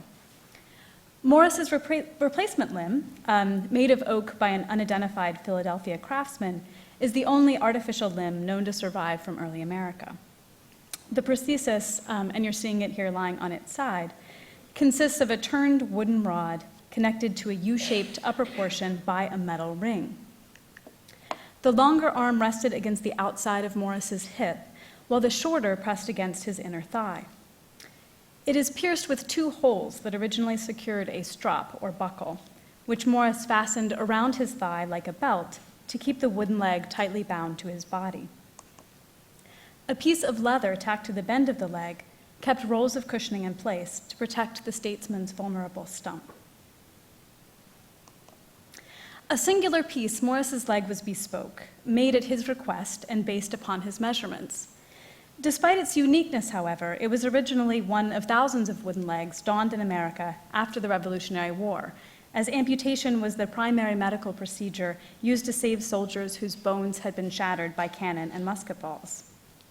The number of men maimed by battle and the new political imperatives that citizens faced left Americans unsure what forms of manhood and material consumption would best support the new republic. In the years surrounding the revolution, artificial limbs thus became intimately connected to the art of nation building. Americans saw the colony's violent separation from Great Britain as a kind of dismemberment. In his famous political print, The Colonies Reduced, Benjamin Franklin pictured Britannia as an amputee, her arms and legs, the North American colonies, scattered about her. Once Americans had decided that amputation from Great Britain was required, however, they needed to rebuild their Republican body politic as quickly as possible. If America was a conglomerate of severed limbs and her citizens a collection of amputees, then politicians, including Morris, faced the challenge of forming a cohesive and polite citizenry who could maintain the virtue deemed necessary for the new nation's success. When American leaders sought to shape a new body politic, they did so on a transatlantic stage. Gouverneur Morris first donned his prosthesis in Philadelphia, but his appointment as American ambassador to France illuminates the double-sidedness of social reorganization in the early republic, along both continental and international lines. Morris's use of a wooden leg in Europe underscores how much the new nation's success rested upon the performance of male mastery in public, an act that itself depended on material goods. The meeting of stump and wooden leg was the most literal and intimate interaction between subject and object, person and thing, in the 18th century, a point of contact where user and material good unmistakably became components of one network. Yet, as we will see, the bond formed between man and artificial limb was only one unit of a much larger assemblage of people and goods through which a new nation of consumers came together. Things were vitally important for the creation of the American Republic, as they helped build associations between fragmented citizens. Artifacts' ordinariness has often made it easy for scholars to overlook their ideological work. When we place things at the center of analysis, their ability both to circulate widely and to be adapted to meet local inflections and needs is precisely what makes them powerful agents at the individual, collective, and global scale. So my approach is informed by scholars of the new materialism who you have already heard a bit about, and they have encouraged this radical rethinking of the traditional boundaries between subject and object, and asked us instead to trace the site of action, where we encounter no firm demarcation, but rather a hybrid of human and non-human collaborators. So as we follow the creation of communal identity outward from individual entanglements to larger collectives, objects enable us to trace the persistent yet ever-shifting material affiliations that bound Americans to one another and to those in Europe. If Morris's leg asks us to forgo subject-object distinctions then, it also pushes us to rethink preconceived geographic boundaries and ideas about the internally driven formation of the nation-state. In other words, the new materialism leads naturally to a global outlook. When viewed through a material lens, republicanism, the political ethos of the new American nation, appears an ad hoc and tentative strategy, forged amidst a messy transnational reality. American consumers constructed a new country while still enmeshed in a framework of European manufacturers. Making objects co-players in the story of America's founding allows us to grasp the complex choreography of people with many types of things that produced a burgeoning national culture, and illuminates the ways that Republicans formed their national identity, sometimes through and sometimes against, but never separate from European aesthetic models. So we should begin by asking how Morris's contemporaries viewed his handicap and prosthesis. During and immediately after the Revolution, wooden limbs became a potent symbol of patriotic sacrifice. While veterans' bodily losses demonstrated their commitment to the new nation, leaders wondered whether men dismembered by battle could ever be the economically independent and virtuous citizens the Republican project demanded. Instead, many became beggars, similar to the amputee featured in this British print, Charity, who bends forward unsteadily on a wooden leg stuffed with straw, proffering his hat for donations while still wearing a torn uniform. Donning a prosthesis solved some amputees' economic problems by enabling veterans to resume work. But amputation robbed men of more than their livelihoods. Lower limb loss was especially damaging for elite men's attempts to attain civility, because the display of the male calf was a critical component of polite behavior, as evident in conduct manuals like this French example, which was republished in London and then widely read in America. The author instructed men to stand with their legs positioned slightly apart and both feet turned out so that their calves would be visible. When placed in motion for a bow or a minuet, men's limbs should move, quote, with attitudes easy, free, and graceful, in order to adorn the human figure with the qualities of decency. To move haltingly or with stiffness, as amputees with wooden limbs did, was to be, quote, awkward, deformed, and consequently disagreeable. Beyond making bodily displays of politeness difficult, dismemberment called amputees' morality into question. Since to 18th century viewers, physical disabilities were the outward manifestations of internal moral failures. In medical texts and politeness manuals, authors maintained that handicaps, referred to in the period as defects and deformities, were God's retribution for the person's sins or the result of sustained ill behavior. The more visible the deformity, the greater its potential impact upon civility. Or as the author of a popular essay on disability summarized, quote, ill features are but a superficial ugliness and of little certainty in the opinion of men. But a deformity of limbs is more substantial and strikes deeper in. Though Gouverneur Morris sometimes pretended he had lost his leg in battle, friends and political allies gossiped that Morris's dismemberment was the result of his infamous sexual overindulgence. John Jay, then ambassador to Spain, repeated the story being circulated in Philadelphia that Morris injured himself while fleeing from a tryst interrupted by a cuckolded husband. Morris's disability was thus physical proof of his inability to control his base passions and affirmed his suspect position as a bachelor. And Morris, in fact, did not marry until he was 57. Amputees like Morris required prostheses then not only to repair physical loss, but also to help restore their body's, quote, decency and comeliness. Yet how exactly could a wooden leg restore beauty to a body permanently marred by asymmetry? Comparing amputees' choices throughout the Atlantic world illuminates the distinctiveness of early American prostheses.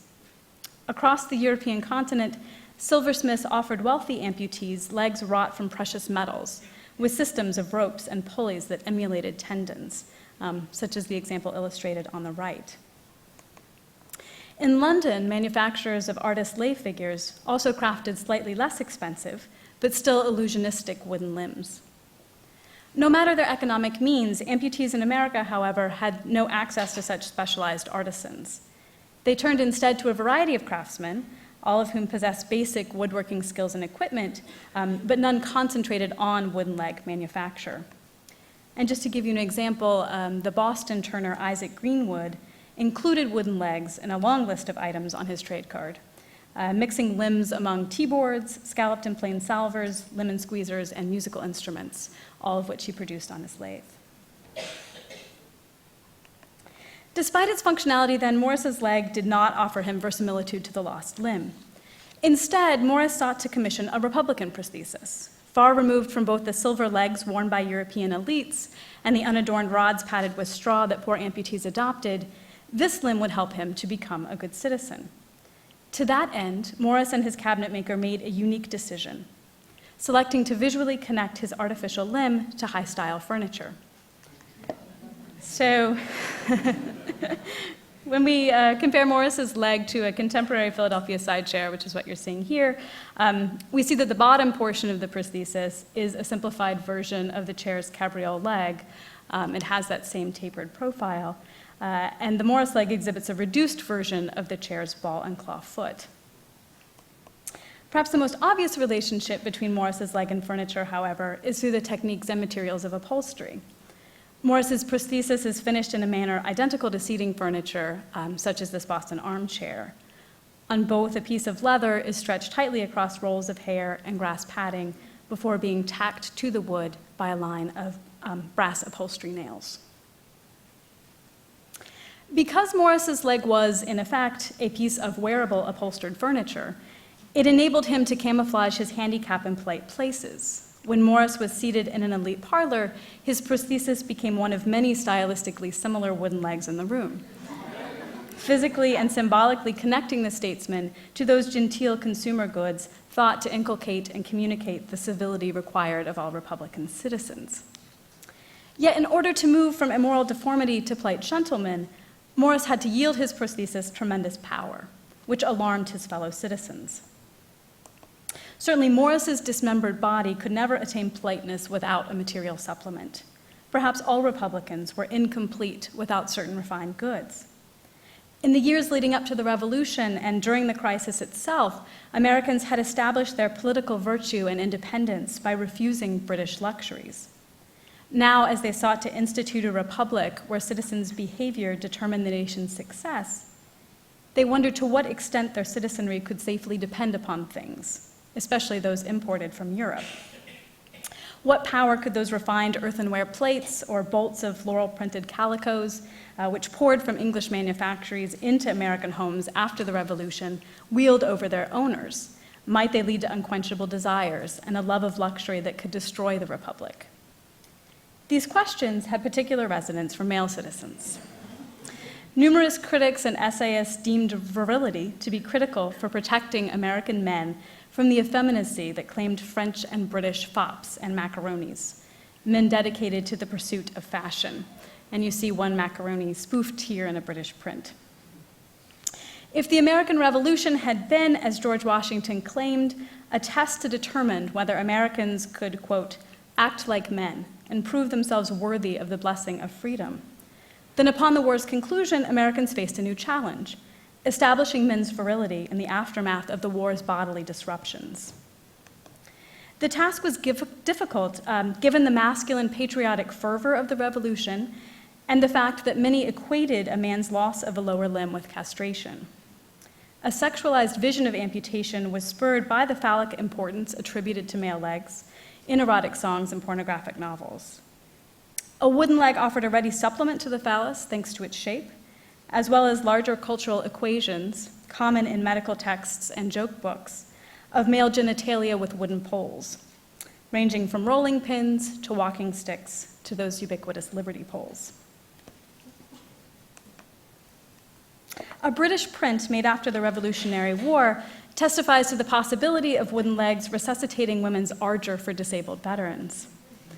Gouverneur Morris's exploits in France also demonstrate his successful use of his wooden leg to attract women's sexual attention. In just one example of many that Morris related in his diary, Madame de Tesse singled the American out at a party, and asking how he lost his leg gave Morris a, quote, leer of invitation, which led him to speculate, quote, that a few interviews would satisfy her curiosity to the experiment of what can be effected by the native of a new world who has left one of his legs behind. The new political imperatives of American identity became most pronounced when citizens confronted long-standing European traditions of polite behavior firsthand. It was when Gouverneur Morris arrived in Paris, after all, that he decided to reestablish his virility.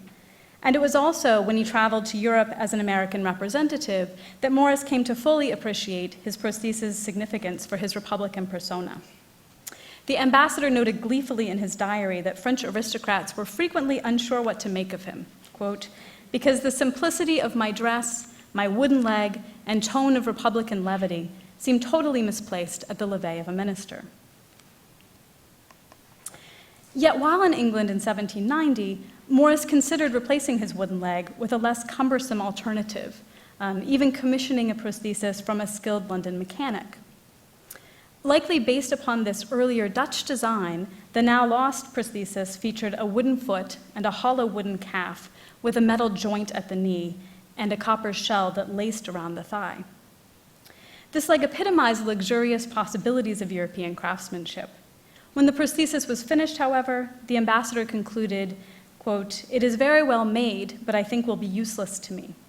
He instead returned to, quote, the simple stick, which I now use. Morris's decision to resume wearing his wooden leg was part of his larger strategy of reducing fears of overconsumption by rendering certain types of luxury goods appropriate for Republicans. And this becomes visible when we compare Morris's purchases made in these same months on behalf of the nation's leader, George Washington, to his decision about his prosthesis. Washington asked his friend to acquire a number of table decorations for the new presidential mansion in Philadelphia, including a mirrored plateau with 9 sections and several neoclassical porcelain figurines, which you see here. When selecting these items, Morris articulated his, quote, wish that everything about Washington should be substantially good and majestically plain, evidence of the president's, quote, noble simplicity. The table ornaments, like Morris's prosthesis, set a middle path, allowing that Republicans needed to make use of refined goods, but selecting items that were not so overtly luxurious as to be in danger of overwhelming the purchaser with desire. Indeed, Morris believed that the model for achieving Republican manhood that he pioneered with his prosthesis might be one that all Republicans could use, urging Washington that it was, quote, of very great importance to fix the taste of our country properly, and that his example, engineered of course by Morris, would go very far in that respect. Perhaps the ultimate test of whether Gouverneur Morris could perform Republican citizenship came with an invitation for the statesman to pose for Jean-Antoine Houdon's famous sculpture of the newly elected first president. And it's worth noting that this statue, which is the only life-size sculpture of Washington erected in the United States during his lifetime, was commissioned from a French sculptor and was completed in Paris. In choosing Houdon, Thomas Jefferson and Benjamin Franklin, who were charged with the commission on behalf of the state of Virginia, responded both to the lack of trained sculptors in America as well as their shared desire for all things French. Houdon, very aware of the sculpture's importance, traveled to Virginia, where he made a clay bust of Washington. But the sculpture required a live model in Paris to complete the president's form. Morris stood for Houdon at least 4 times, leading the statesman to complain that he had posed, quote, for the statue of the general till I am heartily tired. As the viewer looks at Houdon's statue then, he or she sees a bust of the president wedded to Morris's torso and lower limbs. Morris's body did more than simply stand in for Washington's, however. The statesman's disability shaped the sculptor's portrayal because it constrained Houdon's choice of a pose. The figure of Washington stands with his weight on his right leg, Morris's uninjured leg, while his bent left leg, Morris's amputated limb, is held slightly in front of him and bears no weight. A classically inspired pose that furthered Washington's connection to the Roman Republic, the posture was also the only standing pose that Houdon's amputee model could assume. Employing the visual language of European sculpture in the hands of a French artist, Americans could use the body of an amputee to perform their national identity, both locally and for a transatlantic audience. By removing the ambassador's wooden limb in his sculpture, however, Houdon ultimately revealed the fiction perpetuated by Morris's own prosthesis. Morris's wooden leg proclaimed for all to see that its wearer was not whole. Like his prosthesis, the American statesman was only a surrogate or a substitute for Washington's own form. It was together, and only together, that Morris and his wooden leg could temporarily reconcile the tensions between effeminacy and virility, luxury and morality, subjecthood and objecthood, which plagued the emerging republic. Thank you.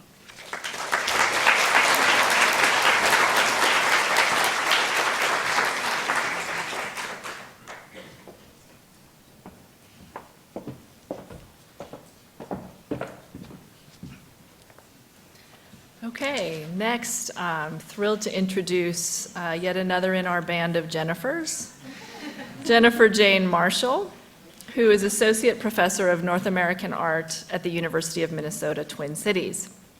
Her book, Machine Art, 1934, which is easily one of the best books in the new material canon, received the Daedalus Foundation's 2013 Robert Rotherwell Book Award. She's also published articles related to folk art, direct carving, the backlash against Rodin, and Procter & Gamble's soap carving contests. Her current book project, William Edmondson, Life and Work, has been funded by a fellowship from the NEH, and she'll be presenting from this material today. Please join me in welcoming Jennifer Marshall.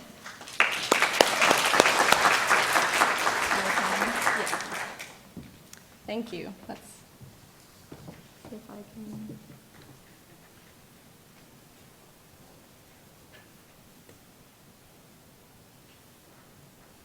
Like so.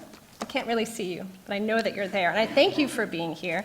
I'm really glad I brought an empty legal pad this morning because it's already about halfway full. This has been really productive so far. And thank you to Amelia, to the Terra and the SAM for this wonderful opportunity to think through some of these ideas.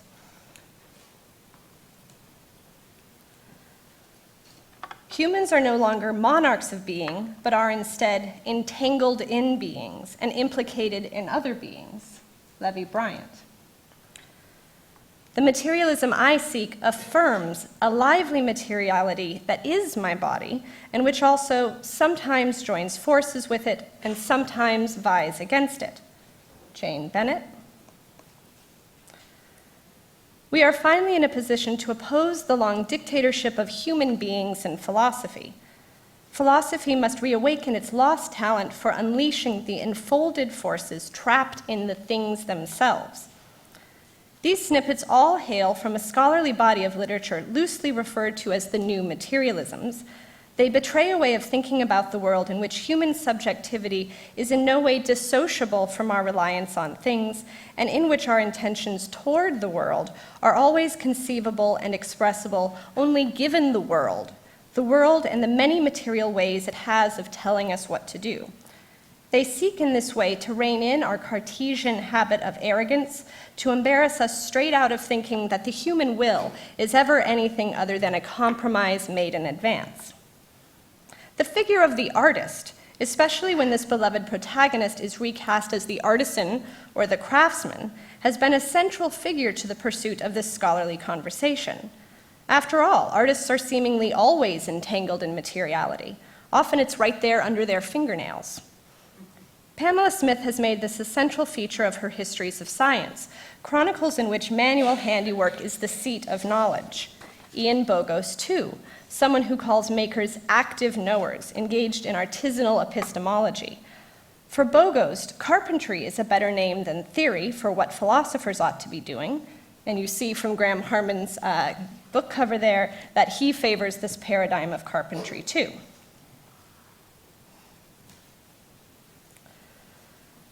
This is William Edmondson. Now a major figure in the history of American art, especially its subfields of African American and folk art, Edmondson worked prolifically during the 1930s and 40s. He began his practice as a gravestone cutter, but expanded to include standalone works in his repertoire. His process always started with a quarried piece of stone, raw material brought to his workshop by friends who worked in construction and had access to scrap. From this smoothly plain tabula rasa, Edmondson conjured a world of irreducibly singular forms. The resulting oeuvre has been hailed as so many visions in stone, prized because they index Edmondson's ability not only to perceive the liveliness of the human and animal world, but also to find it latent in limestone. The myth of his biography, and it is quite mythic, insists also on the simplicity of his tools. He kept near to hand a railroad spike, which he'd sharpened to use as a chisel. Edmondson's rudimentary carving tools and processes have always been central to the aesthetic reception of his work. That is, the material, practical aspects of his practice have been viewed as at least as determining to the final product as any vision Edmondson himself may have had, including the spiritual visitations he claimed to have enjoyed from angels and God himself, the true source of his artistic vocation as he consistently told it. This narrative enjoyed widespread popular currency in Edmondson's day, and it mobilized quite a lot of art world activity around his practice, as I'll discuss in a bit. And I dare say it resonates again now, precisely because it reads as though lifted directly from the artisanal narratives of the new materialisms. With Edmondson, we meet an artist determined toward the world but locked in compromise with it, an artist driven by an apparently a boundless amount of will, and will is even a nickname that collectors commonly still use for him, but who nonetheless attributed all his best insights either to God or to rock. And most apropos to our work here today, the mythic Edmondson represents an artist whose story and works traveled far and wide, thanks to a host of spreading transnational networks, and simultaneously, an artist who remained a marker of his place entangled in so many material conditions of race, of class, of region, of rock. In histories of African American art, Edmondson is best known as the first Black artist to have anchored a solo show at the Museum of Modern Art in New York City. That was in 1937. 2 years later, one of the artworks from that show, in fact, Mary and Martha, whom you're meeting here, as they're being talked about by two fashionable ladies in Manhattan, that work traveled to Paris. It was sent by MoMA as part of larger cargo, the exhibition of American art from 1609 to 1938, which the museum had dispatched to the Jeu de Paume. As for Edmondson, he stayed at home. But for that, he did not suffer inattention. Edmondson entertained visitors and collectors, many of whom were cultural luminaries from all over the map. Photographers like Louise Dahl Wolfe and Edward Weston came calling from New Jersey and California. Painters like Doris Lee and Alexander Brooke brought the American scene from Woodstock. And Sidney Hirsch, a poet and eccentric who kept gossip tabs on Gertrude Stein through his friend Nina of Montparnasse, and who'd once bragged of modeling for Rodin, he came too, all the way from just up the street. His house was a few blocks from Edmondson's in Nashville on Ackland Avenue, up the hill from the sculptor on 14th. Edmondson's outdoor workshop was frequently a site of gathering for visitors, hailing from both far and near. And to all these visitors, Edmondson sold works. Sometimes he gave them away. And in exchange, the visitors brought him national and international attention. Write-ups in Time and Newsweek, a newsreel feature, and about a sheaf's worth of clippings from newspapers around the country.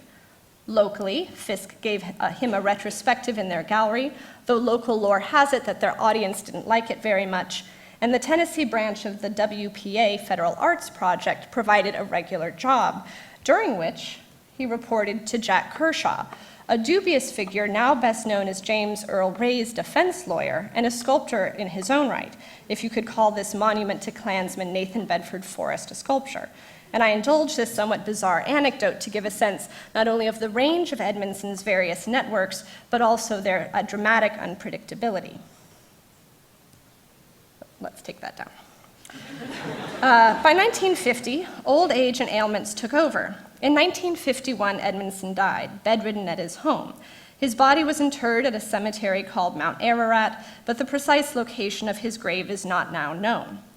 And so Edmondson, left unmarked and at home, is memorialized instead all over the country by his works, dispersed into collections. The Smithsonian and the Hirshhorn here in DC, the Newark Museum, the Minneapolis Institute of Art, the Art Institute of Chicago, the Museum of Fine Arts Boston. And if you see in the upper right in the background, Doris Lee's Thanksgiving, which I showed before, is reunited with her old friend Edmondson. The Smithsonian crucifixion was in the MoMA show in '37. It went home with Dahl Wolfe. She gave it to a fashion model friend, Liz Gibbons, who we see here, arrayed on the grass. This friend, Gibbons, housed it in Pasadena and later donated it to the Smithsonian at the urging of Harry Lowe, a curator the museum had recruited north from Nashville.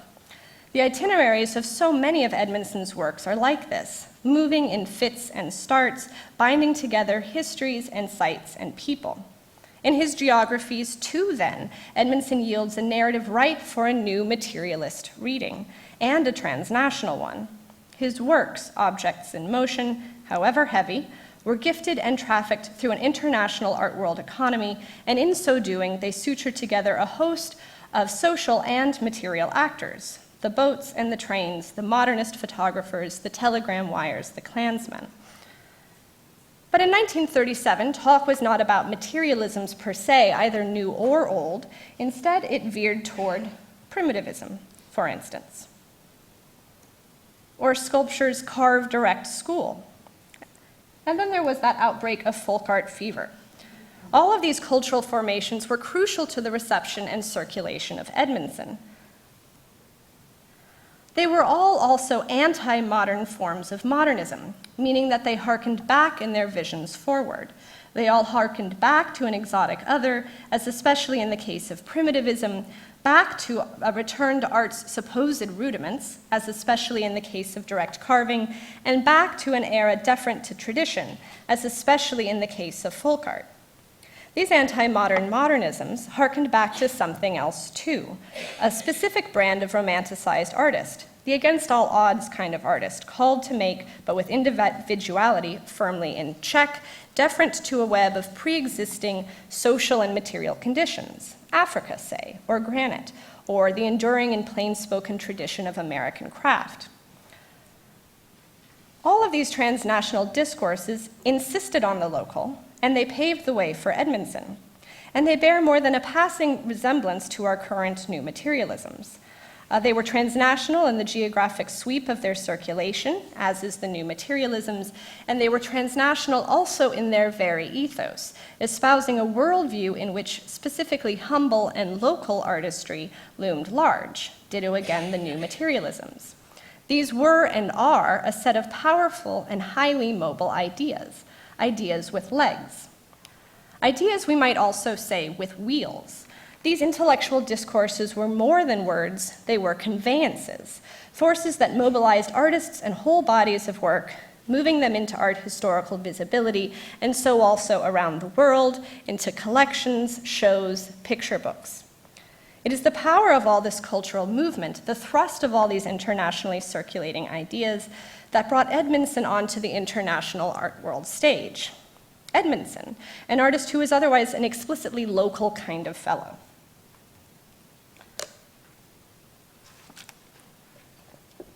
William Edmondson never left Nashville, at least so it is always said. MoMA itself began this kind of talk. Their press release called him isolated, and went on to assert that the main appeal of Edmondson's work was its humanism, a universal appeal he'd managed to achieve in spite of, or as MoMA prompted audiences to imagine, because of his connection to a locale protected from cosmopolitanism's reach. And this kind of talk persists, even among scholars who otherwise dismiss the obviously racist fiction of an isolated Edmondson. Romare Bearden and Harry Henderson write, except for a trip to Memphis, he never left. Tennessee historian Bobby Lovett writes, Edmondson began his life on a former plantation and ended it less than 3 miles away. This biographical truism gains traction when combined with all those other stories about how people came constantly to Edmondson and that from him they carried away his works and life story. There is immobility on the one hand and constant mobility on the other. Much of this we can see in a single image.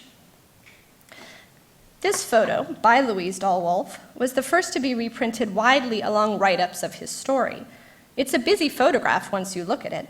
The porch's supporting column in the rear ground falls in a slight diagonal toward the left. The porch overhang cuts a line to the right.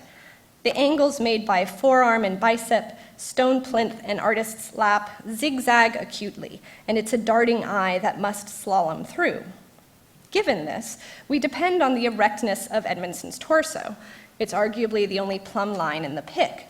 We see here the proud way he rears himself up, and the hint in this too of failing vision, of old age fighting against itself to do some work. It's around the stability of Edmondson and the endurance of his will that Dahlwolf composes the image. And it grounds him in a bittersweet kind of way. In one portrait, we grasp all the mobility that suffuses the artist's biography, mobility that is figuratively evoked through composition, yes, and mobility that was further enjoyed by the image itself, carried via newsprint to Dodge City, to Jefferson City, to Niagara Falls. And mobility that made the work possible in the first place, this time the mobility of visiting artist Louise Dahlwolf. California-born, New York employed, and well-traveled, from Tunisia to the backroads of Tennessee. And yet it's an image that forecloses the mobility of its subject. Edmondson's sturdy and toiling body, arranged decisively against the backdrop of his workshop, seems stuck at home. The stories I've told today are fueled by precisely the contrasts mapped by this photograph. I've recounted internationally circulating ideas and conceits through which one individual was trafficked. And as is often the case with appropriation, these are mobilizations that relied, first of all, on one individual's trumped-up fixity. He stayed at home, it is said. He was an artist unmoved, as one write-up put it. He submitted to the material conditions he was given, art history maintains. I've thought a lot about the problems of this mobility and immobility in view of the focus of this conference. Transnationalism in the form of internationally circulated ideas and transnationalism in the ideal of a universal condition of artistry, or even of materiality. These were mobilizing discourses that vouchsafed the traffic in Edmondson, and that vouchsafe it still. We might call transnationalism a circulatory system of artistic ideas by which Edmondson has been commodified as a story and a sign. And if you look again at the doll wolf, still on the screen, you'll see that his head and shoulders do seem to float a bit to escape the fixity of photographic ground, but then only as a sign, let loose in the disembodied currency of a portrait bust.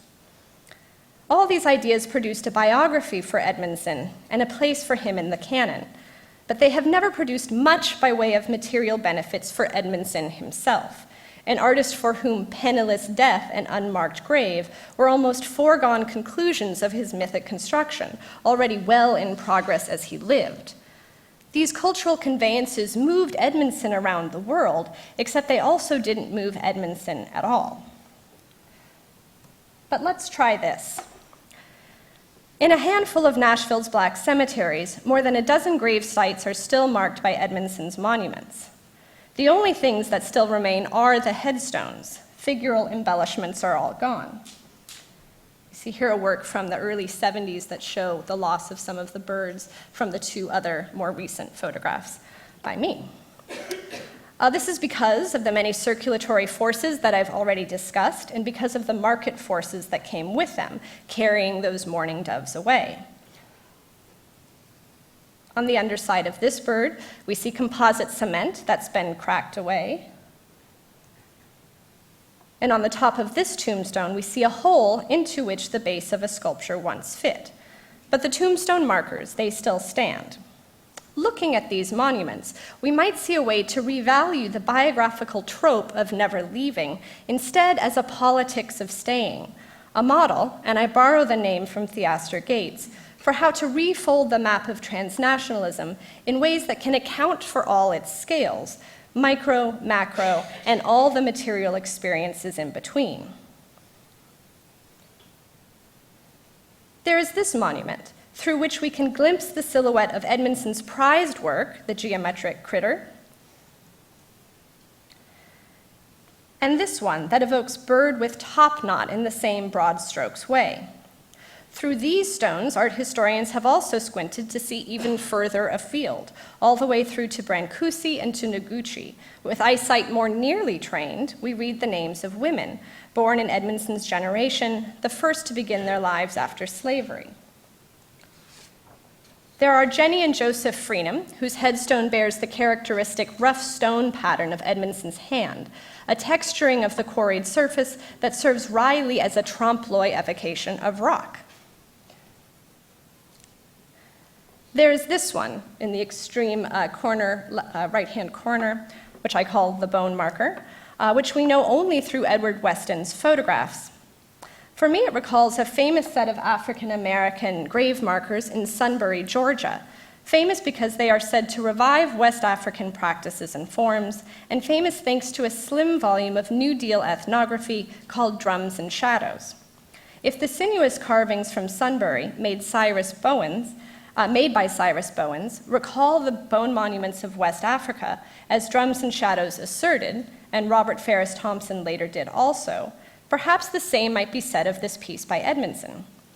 That Bowens' sculptures were made to point in the ethnographic direction of the Afro-Atlantic, and Edmondson's instead in the Paris-New York direction of abstract modernism.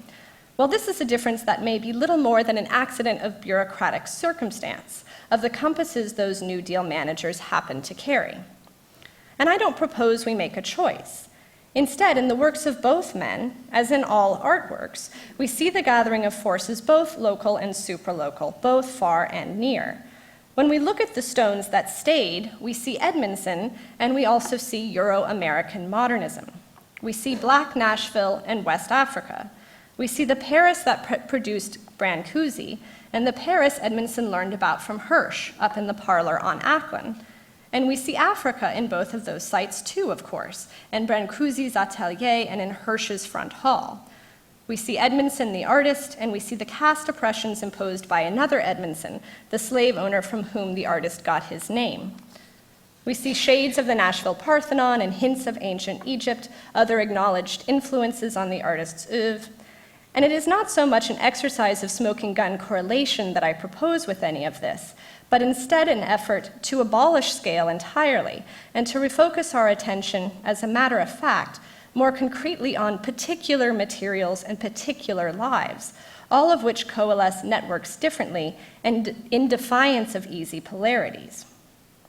Looking to Edmondson's life and work and what still remains, we may perceive a local who resisted universalizing, but who lived nonetheless in the world, an artistic laborer conscripted into a global cultural economy, and a man for whom materiality's metaphor as a limit to personal agency served as a metaphor also for social oppression and the grounds for its resistance. A site to entangle with materials, yes, but also to fight with their conditions, and in so doing, to transform them. Thank you.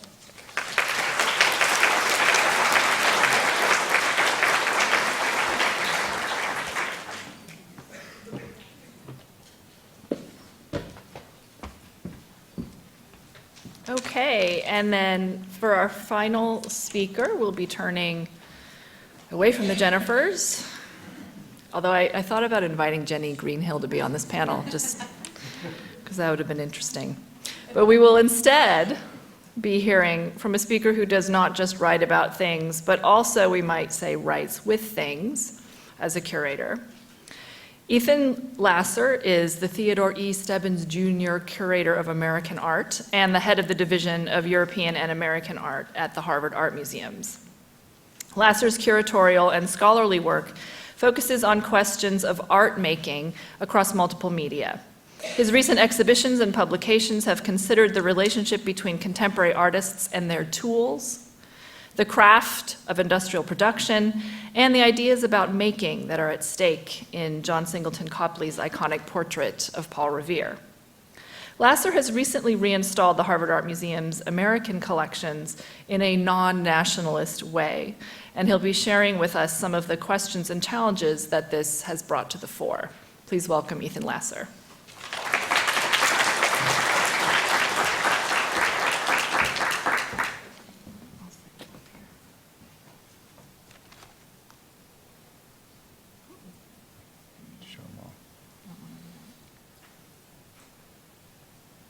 Great. Thanks, and hello everyone, and my thanks too to Jennifer, all the Jennifers, Jennifer Roberts, the other speakers, and to the Terra. I'm not only the only non-Jennifer on this panel, but I'm also the only curator on the panel, and one of the few curators at this conference, and I thought because of that it would be productive to use my time this morning to discuss museum displays of American art and some of the ways that museums have responded to the global turn that is our topic. And I'm not trying to be polemical or to overstate when I say that the era of the traditional American wing, that grand march, that grand patriotic march from Smyber to Sargent or Smyber to Pollock, and that we're turning away from that it's coming to an end. You can see evidence of the global turn everywhere here at the Met, Peruvian portrait in between colonial American portraits. You can see it at the New Whitney, where we see where the parameters of American art have expanded to include painters like the Cuban-born Carmen Herrera. And you can see it in installations of 20th century art across the country. It's now almost common to see the American modernists hanging alongside their European counterparts, as here in the Reimagining Modernism galleries at the Met, O'Keeffe and Brancusi in this beautiful juxtaposition. I think you can say that ours is a moment when maps like this view of the confluence of the great American rivers that opens the new, the George Bingham touring exhibition, when these maps are giving way to or are equal in number to maps like this opens the Made in the Americas exhibition at the MFA in Boston. Up right now, you should see it if you haven't. It's a study by Dennis Carr of the range of North and South American responses to Asia and to Asian goods flowing around the world in the 17th and 18th centuries. So we're all here to applaud and to think about the new direction that this image and the turn from one to the other represents. No doubt by placing American art in these international contexts, museums have made galleries more lively, more provocative, more pertinent, and we've turned towards, slowly maybe, but we've turned towards new currents in academic scholarship, bridging the gap, that fabled gap between the two art histories. But I'm not going to stand here today to extol the virtues of this new model. I want to do something that I think we in the museum field don't do enough, and that is at a moment when all curators, and maybe other curators in the room can speak to this, when we're all under pressure from our academic colleagues, from critics, from funders to continue going global, I want to step back and discuss some of the challenges, the practical and methodological challenges, the issues, the problems that arise when we steer our collections into international waters. This is an approach that raises questions about the kind of art we want to display, the stories we want to tell, how we engage our visitors, and how we organize our collection. And I'll talk about all of these issues. Now, that makes me sound like a skeptic. I'm anything but. I'm a practitioner who's recently completed a reinstallation that took total advantage of the transnational turn. At the Harvard Art Museums, we installed the collection of Western art from the Renaissance to the present, according to theme and period rather than culture or media. Here, Cassatt at upper right, in the company of Degas. Paintings next to sculptures, European art next to American art, so on and so forth, across the map and through the centuries. And the challenges I'm going to share have surfaced in the course of curating this project and also spending the last year or so, because we opened last November, spending the last year taking people through these galleries. So I'll start with the installation, or a few moments from the installation, and then turn to the issues it's brought to the fore. And I'll just share 3 examples of what we did or what we tried to do at the new museums. I'm going to focus on our 18th and 19th century displays, where I think this approach, this integrated approach, is less common than it is in 20th century galleries. In contrast to those other installations I opened with, our goal was not to situate the American collection in an international context, although the galleries do this. It wasn't to suggest transatlantic streams of influence, although these show up. Rather, it was to set up a series of questions and propositions, provocations for the visitor. And questions and provocations meant to deepen looking and to call attention to the through lines of our history, those big ideas and pressures and preoccupations that cut across geographic boundaries, like how do you paint a landscape? How do 3 painters working in different places in the same 4-year period approach this project, and what can we infer about the genre from each work? So here, a juxtaposition that emphasizes the range of experiments and ideas for which the landscape became a platform in the 1860s, in the early 1860s, Courbet's engagement on the left with plane and the materiality of paint, as against Monet's bucolic antidote to the city, as against Bierstadt's mythic vision of a vast, empty West. And this is a wall in our gallery of 19th century art. The propositions concern genre, but they also concern style. Here, Ingres' Odalisque and Homer's Pitching Poets hang catty-corner in a gallery called The Lure of the East. So I'm just showing you a detail from a wall. Each has been described as an Orientalist painting, and in the gallery, Ingres' Turkish fantasy brings forward the languid poses and exotic uniforms of the soldiers, the Zouave soldiers with their red tasseled caps and baggy scarlet trousers. And this comparison is meant to raise questions about the different ends to which a single stylistic language is deployed. So how are we to account, in this case, for Homer's decision to pull the exotic language of the work on the left into an oddly static rendering of the regiment that suffered some of the worst casualties in the Civil War? You've heard about this one already. I wish I had a silver prosthetic leg. That's going on my new acquisition wish list.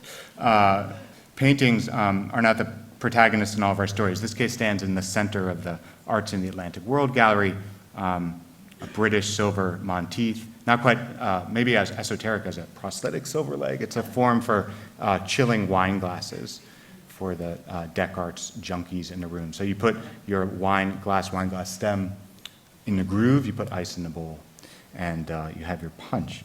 And on the right, lower right, though, a wampum cuff or wrist ornament associated with the Iroquois or Penobscot. And the proposition here concerns making, and the way in which the production of these two objects are closely linked, indeed in some ways made possible by the broader transatlantic economy, the networks of goods, materials, circulating goods, materials, peoples, orchestrated by agents like Isaac Royal, whose likeness by Feek hangs behind the case. And I say this because the bowl is decorated by chinoiserie figures, copied from imported Chinese or Dutch ceramics, fabricated from silver sourced in ships from those mines we've heard about, mines in New Spain. And the cuff, as my colleagues at Harvard's Peabody Museum who lent me this object have helped me understand, the cuff was comprised of uniform cylindrical beads bored by steel drills imported to the New World from Europe. So taken together, these are objects that, as different as they are, suggest the extent to which production was contingent on factors outside of the workshop, on tides, winds, merchant ships, invisible labor, that circulated tools, materials, styles in this period. Of course, there are multiple ways to emphasize or to read this juxtaposition. This is a case about making, but the objects also signify together on other registers. They're commemorative objects. They speak to the double-sidedness of 18th century materials, insofar as each could be transformed from aesthetic thing into unit of exchange. And of course, they're both tied to bigger histories of imperialism. And here I'll come to a point about agency, and we've heard some good thoughts about that already, but I'd say that underlying these multiple interpretations is a bigger point about the implications of responding to the transnational turn in the gallery with actual things, writing with things, as Jennifer said. So in the traditional gallery that we grew up with, the big story, the Smibert to Pollock march, directs and arguably limits the range of possible readings. So the significance of a given work is determined by its position in the sweeping narrative of progress and development that these installations tend to unfold. That is to say, Phillips, here in our portrait, Phillips points to the modernists, but away from Copley. Copley points to Sargent, but away from Smibert, so on and so forth. To resist this narrative and to set up new and untested dialogues is, I think, to amplify the agency of the work. I liked Jennifer Marshall's Graham Harman quote about unleashing the work, so to unleash the work. So here, Phillips installed in our 18th century gallery alongside David and a German sculpture, bisque porcelain sculpture. Ideally, in this kind of situation, interpretations emerge not from the imposition of this overarching narrative, but from the works themselves, from the way Phillips talks to and illuminates David and the bisque sculpture, and vice versa. And as a curator, one can use one's selections to direct these conversations, because that's what they are, they're conversations between works, but many of the ideas that arise from pairing disparate works together are difficult to predict. So this is an exciting turn, but it's a strategy that's not without its challenges. And with that, I'll turn to the second part of this talk. And so I'm going to share three questions that have come up for me in the course of this experiment at Harvard, and maybe other curators in a room or many museum visitors in a room can share their own. So number one is the fact that not every American artist plays well in an international context. So some works like this Turneresque View of Venice by Thomas Moran are too derivative and, as the collectors always say, are always are worried about, as the collectors always worry, that this kind of work would, in company with European paintings, would risk making American art look provincial. On the other hand, are works that are bound too directly to their local or American contexts. I was desperate to get this painting of a mid-19th century schoolhouse by William Tolman Carleton out in our galleries. It was owned by none other than Mrs. Fogg of the Fogg Museum. It's a painting that echoes a broader period critique of New England education, but and in that way, it's in some ways only made fully legible when installed alongside other American genre paintings of children from this same period.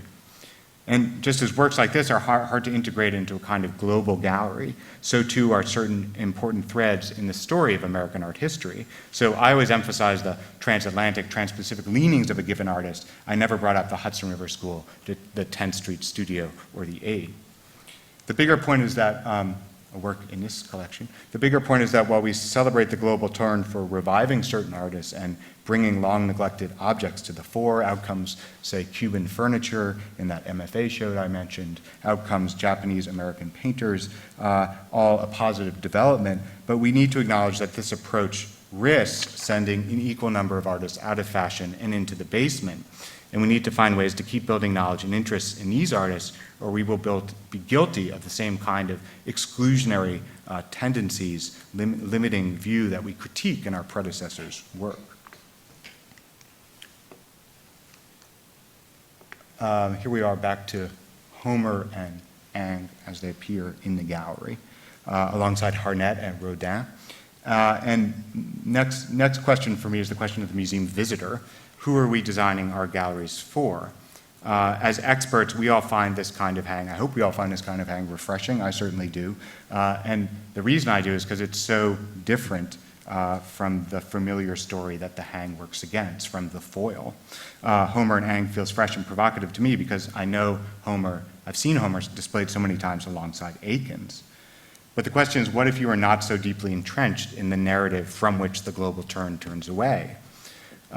For all its limitations, that standard story, that tight and contained story of progress and development, is easy to absorb and easy to replicate at every museum.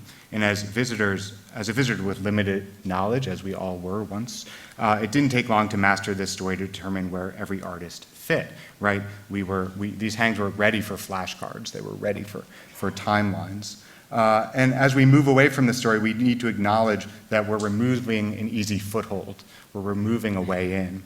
Though many of us have worked to ground our cross-cultural arguments in clear visual comparisons, the fact is that themes, ideas, propositions, streams of influence, these new logics, are harder to master than dates and names. That's a good thing. But as a field, we need to make our new narratives as accessible as the old ones, or we risk alienating non-specialist audiences. You could say that this is a question about how do you manage the agency of the work for what museums call the novice visitor. Okay, last there's the matter of lingering boundaries.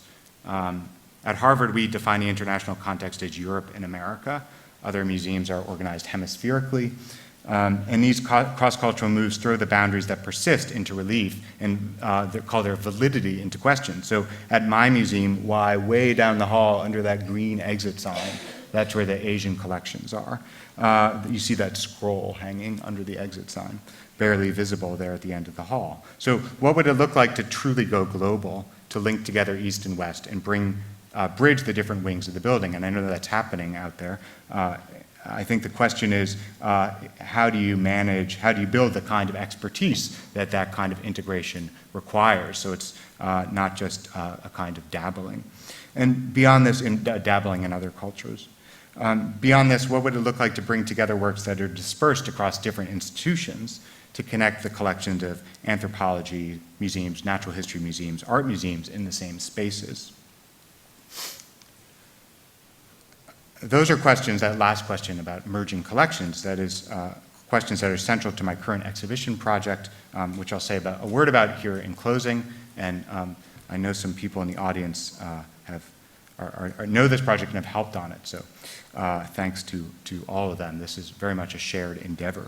I'm working on a show that will reassemble a portion of the teaching and research collection that Harvard assembled between 1766 and 1820. In the 18th century, these three rooms on the right, adjacent to the college library, the apparatus chamber, a scientific instrument chamber, the university museum, the closet-sized university museum, and the philosophy school or philosophy chamber named for the discipline of natural philosophy. These rooms are home to one of the most densely packed artifactual landscapes in the Atlantic world, 1,500 square feet, 1,500 objects, paintings, prints, scientific instruments, Native American artifacts, animal and mineral specimens, ancient relics, all were displayed in these spaces. And remarkably, as we've learned over the last 3 years, a lot of this collection survives in various museums around the campus and around Boston, and we're going to be reassembling a portion of it. So this project is sort of important in this context for two reasons. First, it reminds us that integrated collections of the kind I've discussed have a long history. Though it was located in America, this was by no means an American collection. To the opening point about why is the 18th century good fodder for transnational studies, here it is. Less than a quarter of the objects in these spaces were of New England origin. Most were dispatched to Cambridge by graduates in Britain and Europe, or sent back home to by merchants sailing around the world. So here are two paintings by Brunius, sent in the 1790s from a merchant in Martinique. But this project is not only relevant here because it points to the deep roots of our current turn, showing it's more of a turn back in some ways. It's also relevant because it puts pressure on those lingering boundaries I mentioned. The archives tell us a great deal about the location where various works in this collection were displayed, the specific location in those rooms. And to put it simply, all of the categories that we take for granted are scrambled, not just geographic categories, but material ones. So we know, for example, that this mezzotint hung near this cape, Hawaiian cape, in the University Museum. We know that other works of art were shown alongside minerals and birds and scientific instruments. This was a space where drawings from the field, on the table there is a massive drawing of an ancient inscription on a reputedly ancient inscription etched on a rock in southeastern Massachusetts, made by a Harvard professor. It is a place where drawings like this hung alongside. I'm showing you a lot of Copley, I guess, but Copley was the kind of the court painter to this collection, where drawings like this hung alongside portraits of Harvard benefactors. Talk about wooden legs, by the way. Chair leg encounters. Something's going on now, I see, in this kind of clunky portrait from 1764. So in the exhibition, I'm going to recreate as many of these juxtapositions as I can. And my objective is first to see what happens, to go back to the question of the unleashing of agency, to see what happens when we bring together works that rarely inhabit the same spaces, let alone the same building. Because frankly, I've only studied these things. They've only been studied in isolation, and it's not quite clear what these things will say to each other until they're on the wall. And second, in hanging these things together, the point is to try and determine the logics that bound together seemingly disparate works like these for a period viewer. Because we're not talking about a Wunderkammer here from the Renaissance. We're not talking about a cabinet of curiosities. This collection was organized by the librarian, as I'm always reminding myself, so there has to be some kind of order and logic. But it was a teaching, or to quote the art historian Matthew Hunter, to use his term, it was a working collection that served and supported the production of knowledge. So just what did a juxtaposition like this teach, and does this logic have any application today? And I'll end with this question, and that is, can we look back to the past critically as a resource, as a site of inspiration, as we continue to confront the boundaries that divide our collections and perhaps to limit our understandings? Thank you.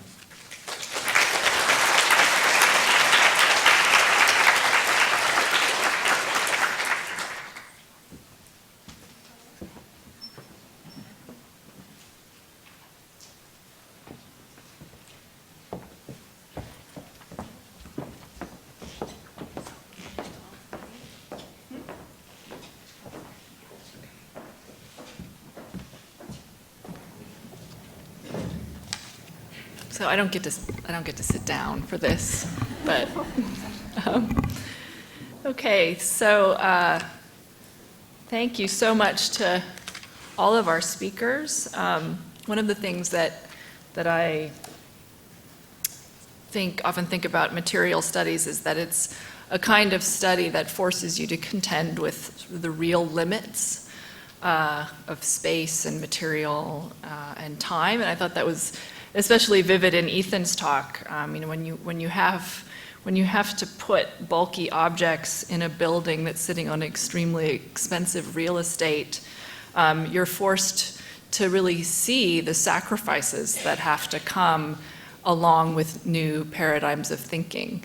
So when you move something in, something else has to go out, and there are always real limits imposed by materiality. Today, when we were, I think, originally scheduled to have about 45 minutes to discuss this panel, we will now only have about 20, speaking of limits, but we will do our best to answer any questions that you might have for our panelists.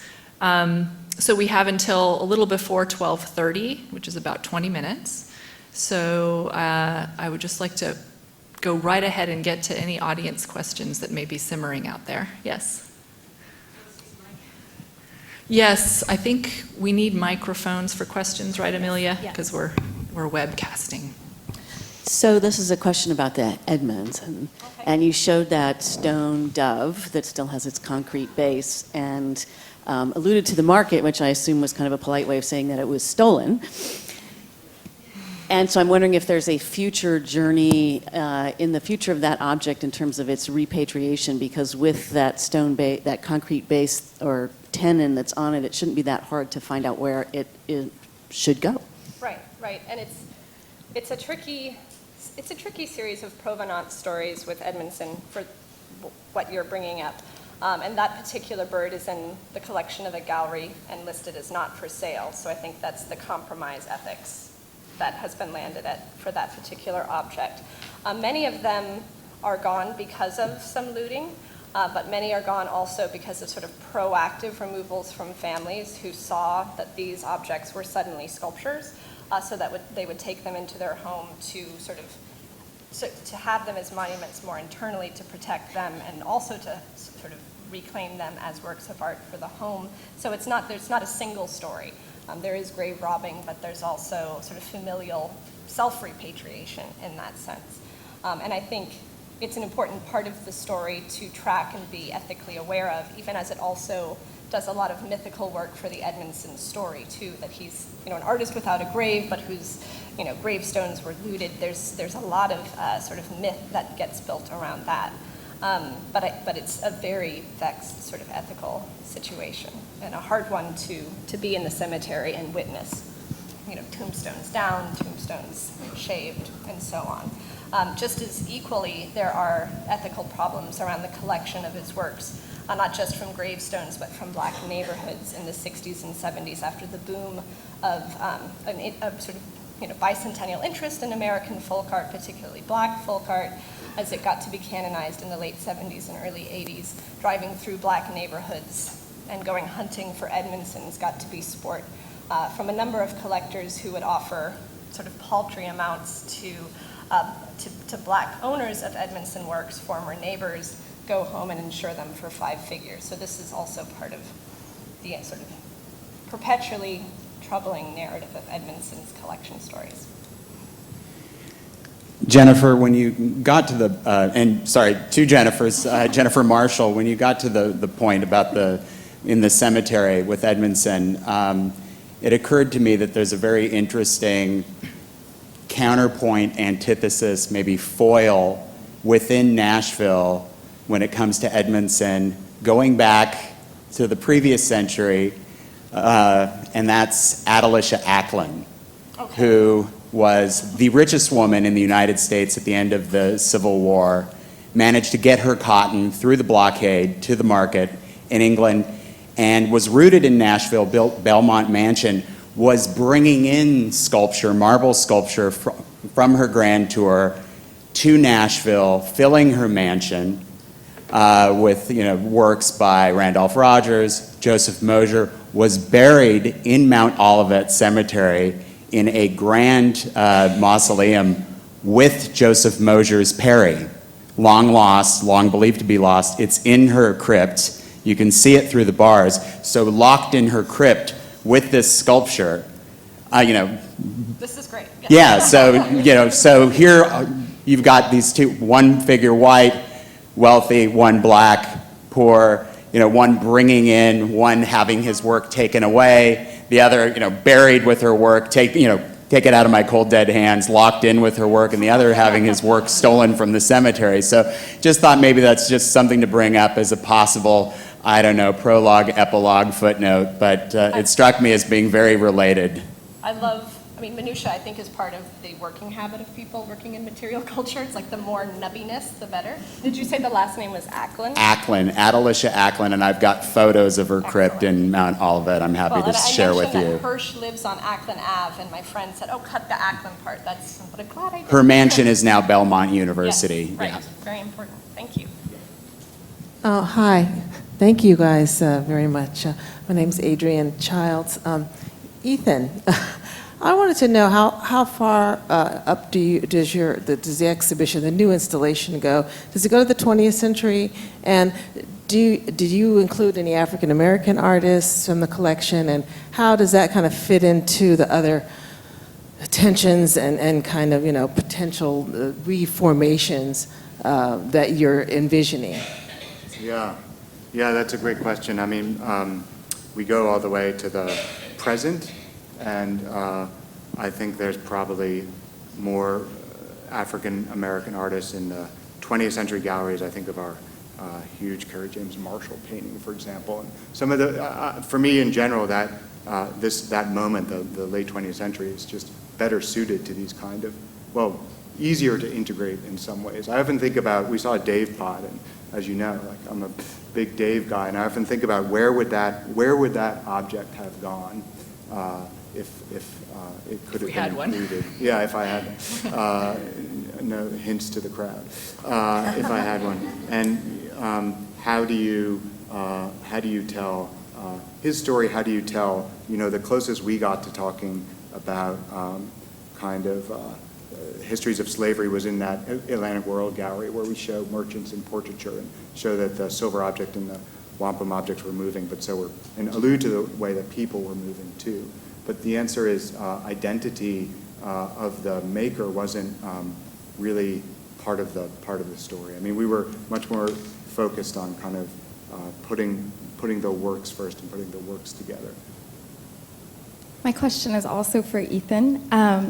It seems that in many integrated museum installations that they tend to be driven by affinities, so things that look alike or shared histories or similar traditions of making. And I wonder if there's a risk then in homogenizing cultures or in ignoring local histories or the importance of conflict. And if so, how would you negotiate that, particularly in terms of something as economical as a wall label?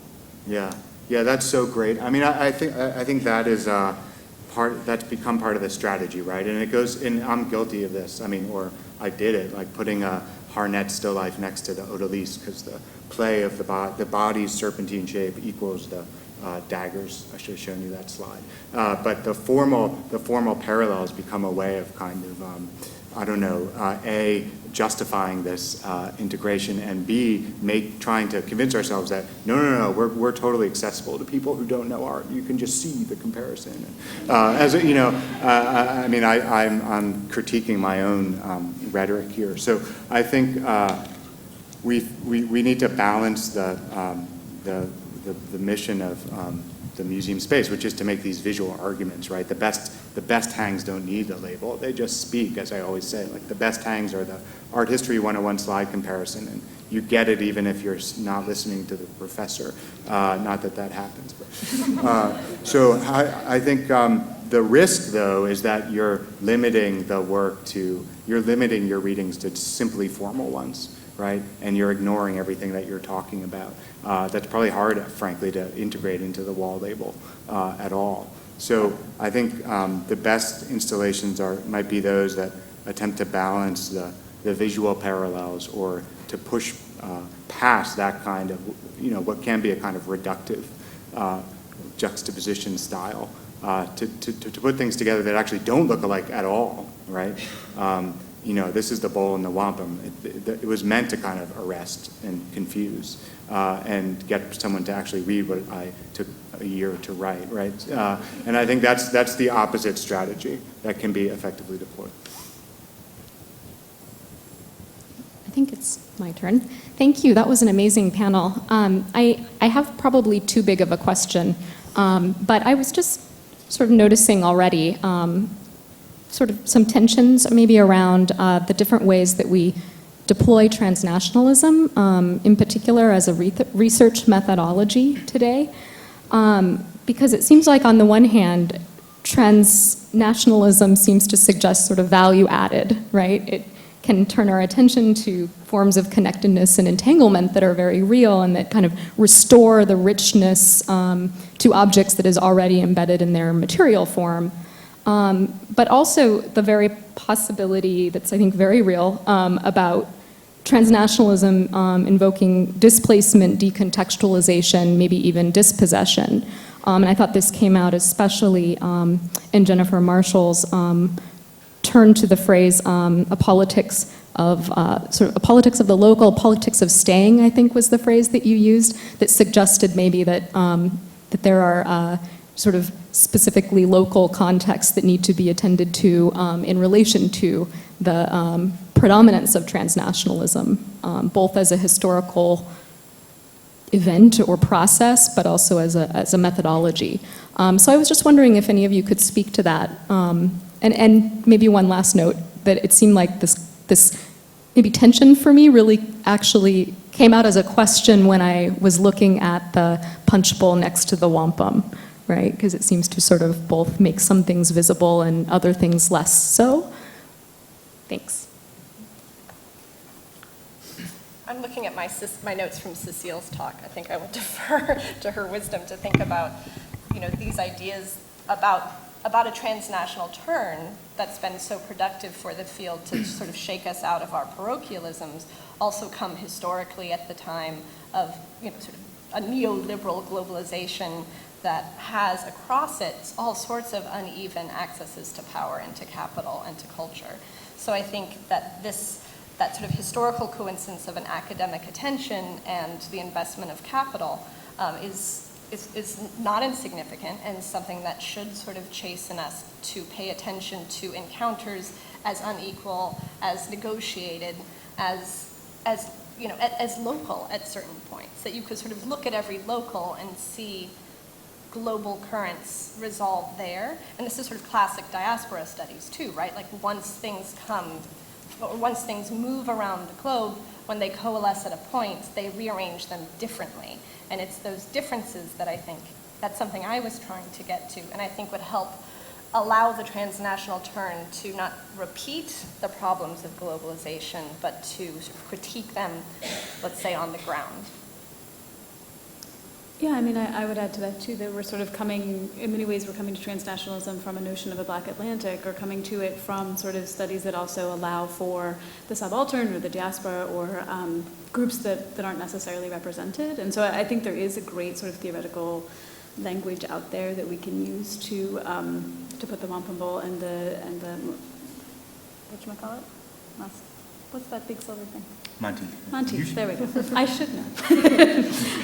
Together. I mean, and I too am very struck by the ability of the local to ground the transnational in a way that lets you see these sort of micro power plays, and to sort of not become this ironed out, sheet that we just put over everything and everything looks the same.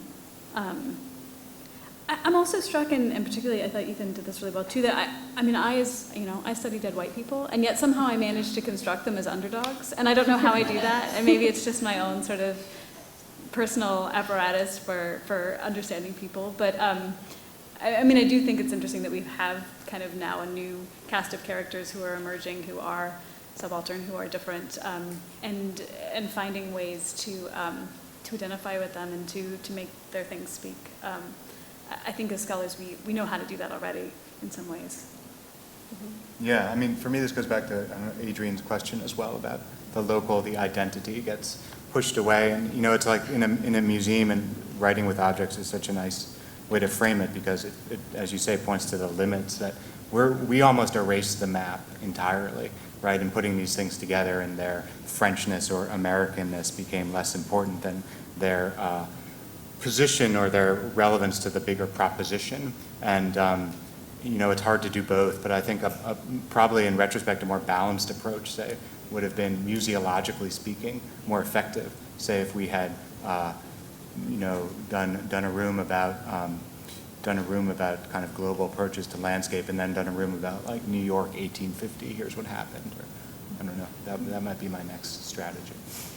Can I just append maybe a comment and a question for you along those lines? I mean, one of the things that came out most vividly in Jennifer Marshall's talk, I thought, was how all of these tensions and paradoxes get played out in the way Edmondson's objects are alienated from him as they go out and become these deracinated symbols circulating around the world. And this is something that I think for me, it speaks to, I think we need to find a new way, as we are working through all these new ways of thinking about objects, to also think about subjects, and to think a new way of thinking about artists in particular. Because even though we are beginning to have the kind of theoretical toolbox now to really talk about, say, the act of making as this fully hybrid sort of co-respondence between the artist and the object, we haven't brought our models of artistic creation up to speed with that. We still then like peel the artist and object apart and let the object go out and speak for the artist, whereas instead perhaps the artist needs to be sort of brought along more fully with the art object. And this raises the specter of going back to biographical art history and all the things that we're trying to get away from. But I think it's also possibly a challenge for thinking about a new way of bringing biography into material studies and bringing the makers along with these objects as they travel around the world. We have time for one more question. Yeah, Jenny. Oh, Hi. yay. Hi. I also had a question about the politics of staying, which connects perfectly with what you said about biography, because Jen, I feel like you have a lot more to say about the politics of staying, insofar as it connects to, I think, what you're trying to do in your work, which is asking us to recalibrate our understanding of biography in large part. So I kept thinking about that in connection with OOO, and as soon as we activate the agentic capacity of objects, how are we meant to we're meant to destabilize that human object hierarchy, but then how does that inform your thinking about biography and the maker? So I just feel like you're thinking those things through in your project, and we got a taste of that, but I'd love to hear you say more about that. Yeah, no, I'm actually all for biography these days. And to Jennifer's point, you know, I came to Edmondson very strongly through a new materialisms kind of background and interest. But it's sort of increasingly offensive to see sort of craftsmen and artisans sort of brought up to a level of theoretical importance precisely at the moment that they're just as sort of have just as much agency as the tools they're using, right? So that we have carpenters, but tools are on the same plane. Like this is a very class, you know, very, very problematic class sort of situation. And when you add to it the dimension of race, as we do with Edmondson, and I think the popularity of his narrative is that sort of entanglement, that need to the artist's need to compromise with materials is sort of dramatized by the fact of a racialized subject for whom compromise is always, deference is always, submission is always part of his day-to-day. And I think, in actual fact, we see a lot of that in the classic sort of artists' biographies that always thematize compromise. I mean, so much of the Edmondson biography lines up with the Michelangelo one of like releasing art from stone, of submitting first to materials only to release them. So that is to say a lot, and maybe around your question. But yes, I think that we need to sort of retain some of the lessons of human agency in these conversations so that we can learn about the sort of entanglement with materiality, but preserve also what I take to be art's central politics, which is not just that you submit to material conditions, but that you change them, which now I'm also arguing for transcendence. So biography and transcendence, I'm very musty. Emergence, that's another good word. Yeah. Okay, speaking of materiality, everyone's hungry, so let's break for lunch. Thank you all, and thank you to our panelists again.